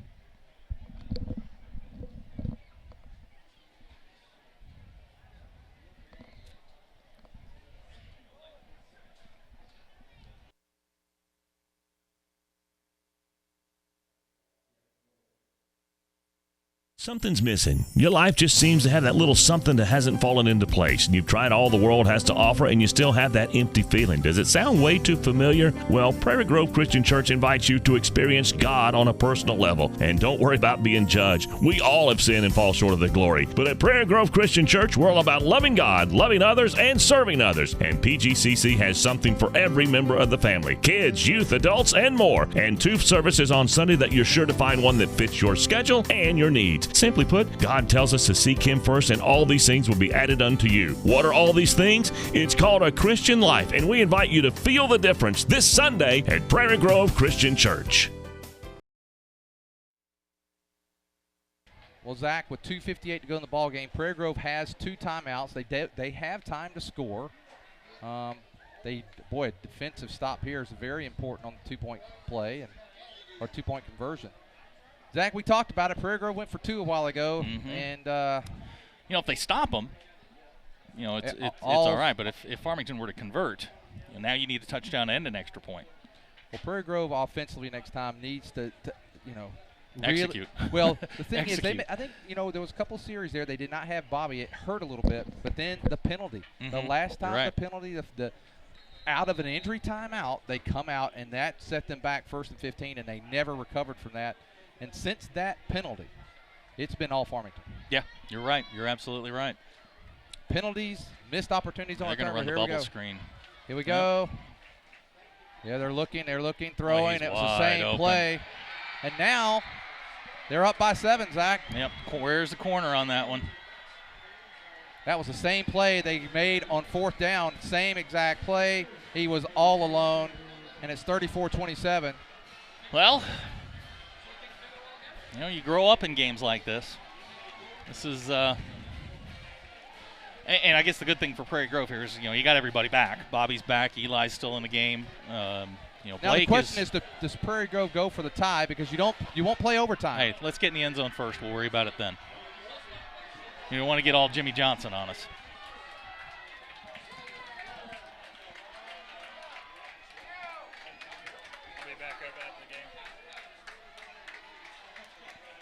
Looks like the Tigers are going to drop back Cole McClellan, Blake Falk, Disney, and Bobby Cat. Well, we need Good return would be nice. And Prairie Grove's been pretty good on the returns.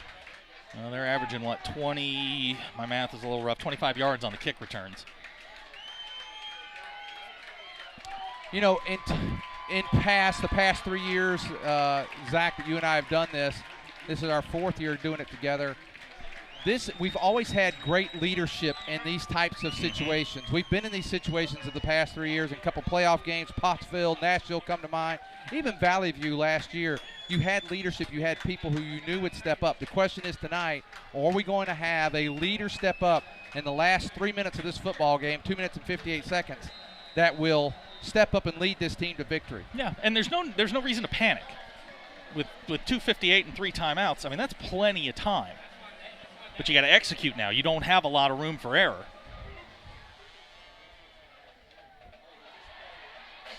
Now Disney with the ball. Now Disney goes out of bounds. Not a bad return, but we're going to have 70 yards to go. And now Morrell trying to get the crowd worked up. But Mr. Morrell, we need you to execute, my man. Need you to execute. Here we go.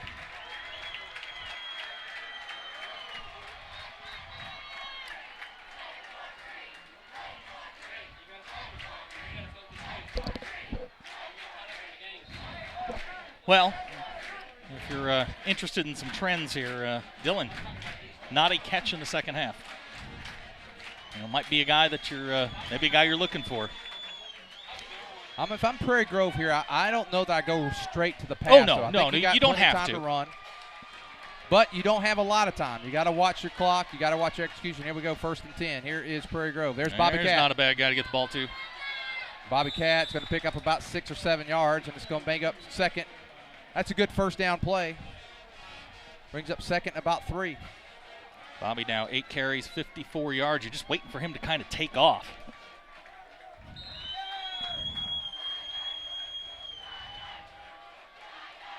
There's Eli Lopez. There Eli Lopez. Look at Eli. There you go, Eli. Eli Lopez over the 45 to the 47.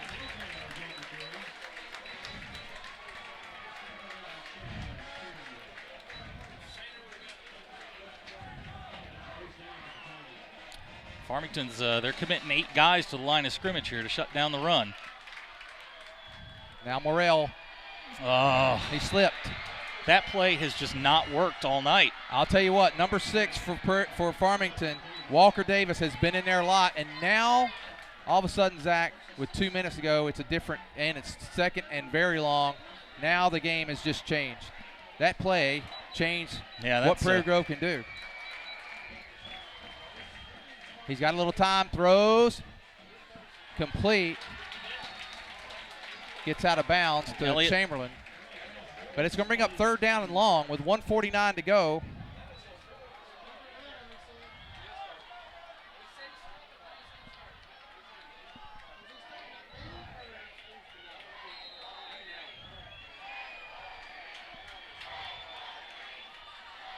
Now he's got time. Oh, Nice Dylan. catch. But it's going to Nice pick up catch. 4th down. Yeah. And I think Prairie Grove. You got to go. I mean, you don't have a choice. I think you might want to call a timeout here. And here, yeah, you're going to have to call a timeout with 124. Well, with 124, it's a 4th down, and That's a good throw, good catch, and that's not a bad option here. I mean, as big as he is, he's always open. Well, now you're down to 3rd down or 4th down, and you've got about 4 yards to go. Is it that many? 3. About 2.5. I call it 3 yards. Yeah, 3 yards. With 124, now I would say, you know, Farmington made big plays on their last drive. Can Prairie Grove duplicate that here? Dillon now 5 catches, 80 yards. Chamberlain up to 106. Well, I think if Prairie Grove can get the 1st down here, I think we have a real shot at getting into the end zone, Zach. But we're going to have to play a good hurry-up offense here. Yeah. We're going to be down now to 1 timeout. Hey, Scott.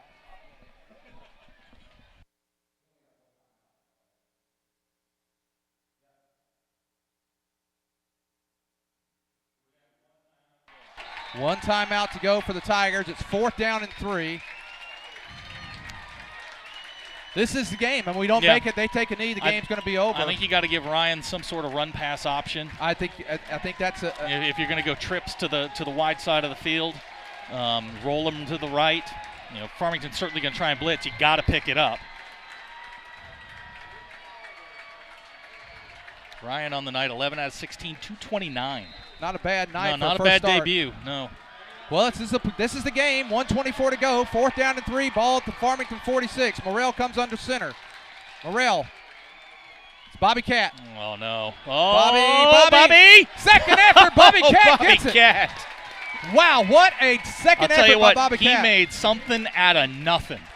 They did not block that well, and Bobby he picked it up on his own.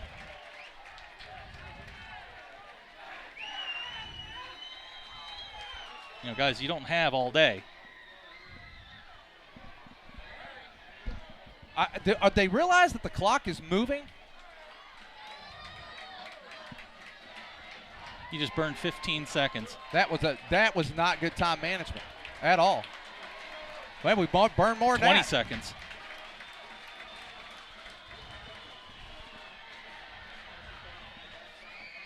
Well, there's Elliott. Still fighting. He gets out of bounds. 46. They're down to the 28-yard line. 46 Boy, they seconds burned 20 seconds of time there.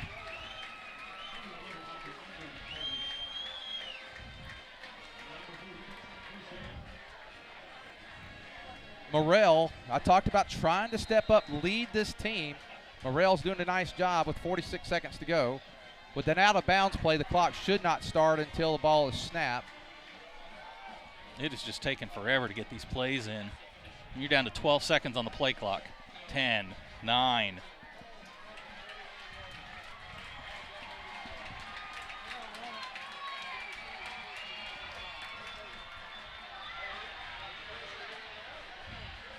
He took it away. And we got a flag. He stripped the ball.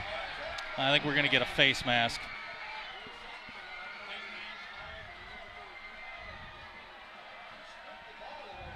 He did strip the ball away. I saw him take it away from him. I think we're going to get a face mask. There's a mask. flag down on the play.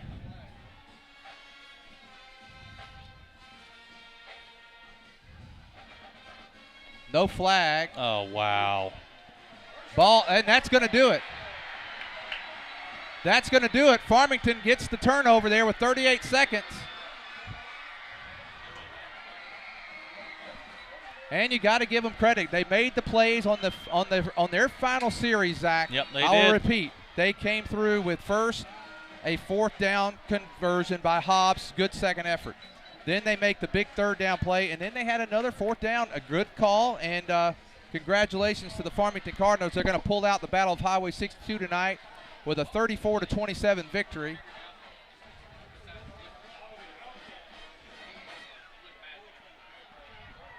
And that was a great play. I didn't see the player who actually pulled the ball out, but heads-up play on his part. And for the first time since when was it, 2009, Prairie Grove's going to lose their opener. Yeah. And, you know, they had chances. They had a lot of chances. I will go back, and another big play you and I talked about a little bit off air. When Dalton Falk, the ball hit him in the hands on that interception and hit him right there. Farmington now can take a knee. Prairie Grove can use one timeout, and then that's going to do it.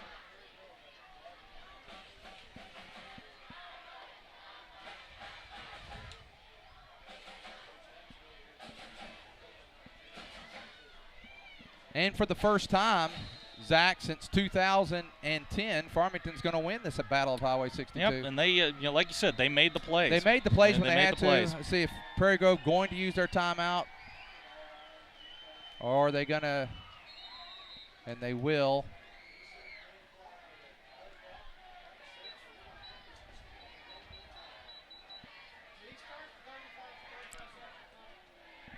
They didn't even do anything there. Well,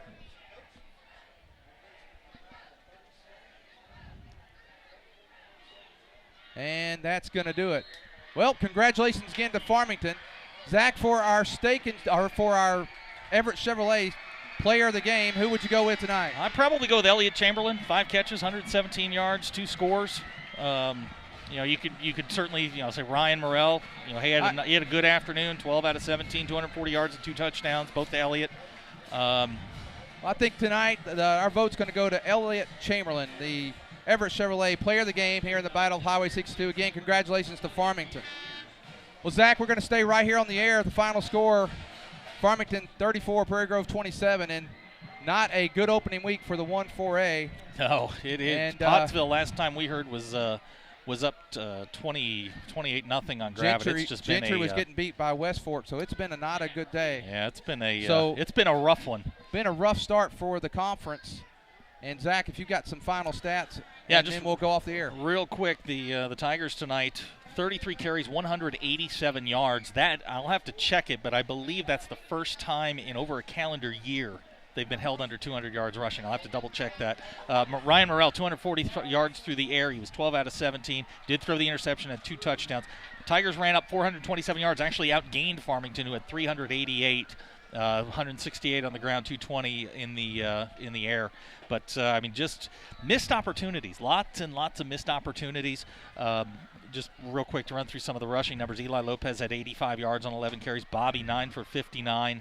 The receiving yards, Dylan 5 for 80. Bobby Cat had 2 for 43, and as we mentioned earlier, Elliott 5 for 117 and 2 scores. Well, one last final thought, Zach. The game changed on the penalty after the injury timeout.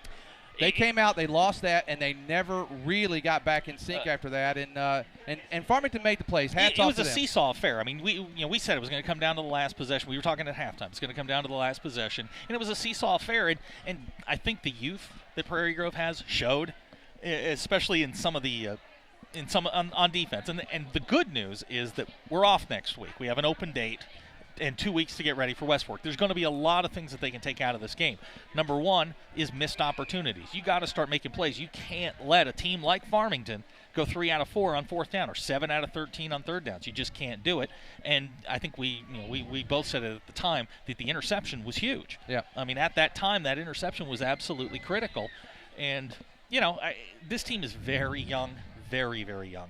Well, and there's a lot to work with, but a long way to go to get to where they want to. Well, we'll be back in 2 weeks when Prairie Grove takes on West Fork, and again our Everett Chevrolet player of the game, Elliott Chamberlain. Well, for our East Lab students tonight, we do appreciate them for sure. Ethan Sam, Miles Lowe, Christian Dowdy, and our producer tonight, Stephen Vickery, and we're glad to have our instructor for East Lab, Miss Melissa Burton, with us. For Zach Arns, I'm Lynn Gregson again. Thank you and have a good night. One more run from Everett Chevrolet. Never been better. 2-wheel drive, 4-wheel drive, extended cab, crew cabs, and every color you can imagine with options to die for. So make the short drive to Everett Chevrolet just off of I-540 at Elm Springs Road. Family owned, customer friendly, Everett Chevrolet. Everett Chevrolet is the home of the most dependable, longest-lasting full-size truck on the road today, the Chevy Silverado. And the 2014 Silverado has been totally redesigned, and it's better than ever before. And right now, the selection of Silverados at Everett Chevrolet has never been better. 2-wheel cab, crew every color you can imagine with options to die for. So make the short drive to Everett Chevrolet just off of I-540 at Elm Springs Road. Family owned, customer friendly, Everett Chevrolet. Everett Chevrolet is the home of the most dependable, longest-lasting full-size truck on the road today, the Chevy Silverado. And the 2014 Silverado has been totally redesigned, and it's better than ever before. And right now, the selection of Silverados at Everett Chevrolet has never been better. Two-wheel drive, four-wheel drive, extended cab, crew cabs, and every color you can imagine with options to die for. So make the short drive to Everett Chevrolet just off of I-540 at Elm Springs Road. Family-owned, customer-friendly, Everett Chevrolet. Everett Chevrolet is the home of the most dependable, longest-lasting full-size truck on the road today, the Chevy Silverado. And the 2014 Silverado has been totally redesigned, and it's better than ever before. And right now, the selection of Silverados at Everett Chevrolet has never been better. Two-wheel drive, four-wheel drive, extended cab, crew cabs, and every color you can imagine with options to die for. So make the short drive to Everett Chevrolet just off of I-540 at Elm Springs Road. Family-owned, customer-friendly, Everett Chevrolet. Everett Chevrolet is the home of the most dependable, longest-lasting full-size truck on the road today, the Chevy Silverado. And the 2014 Silverado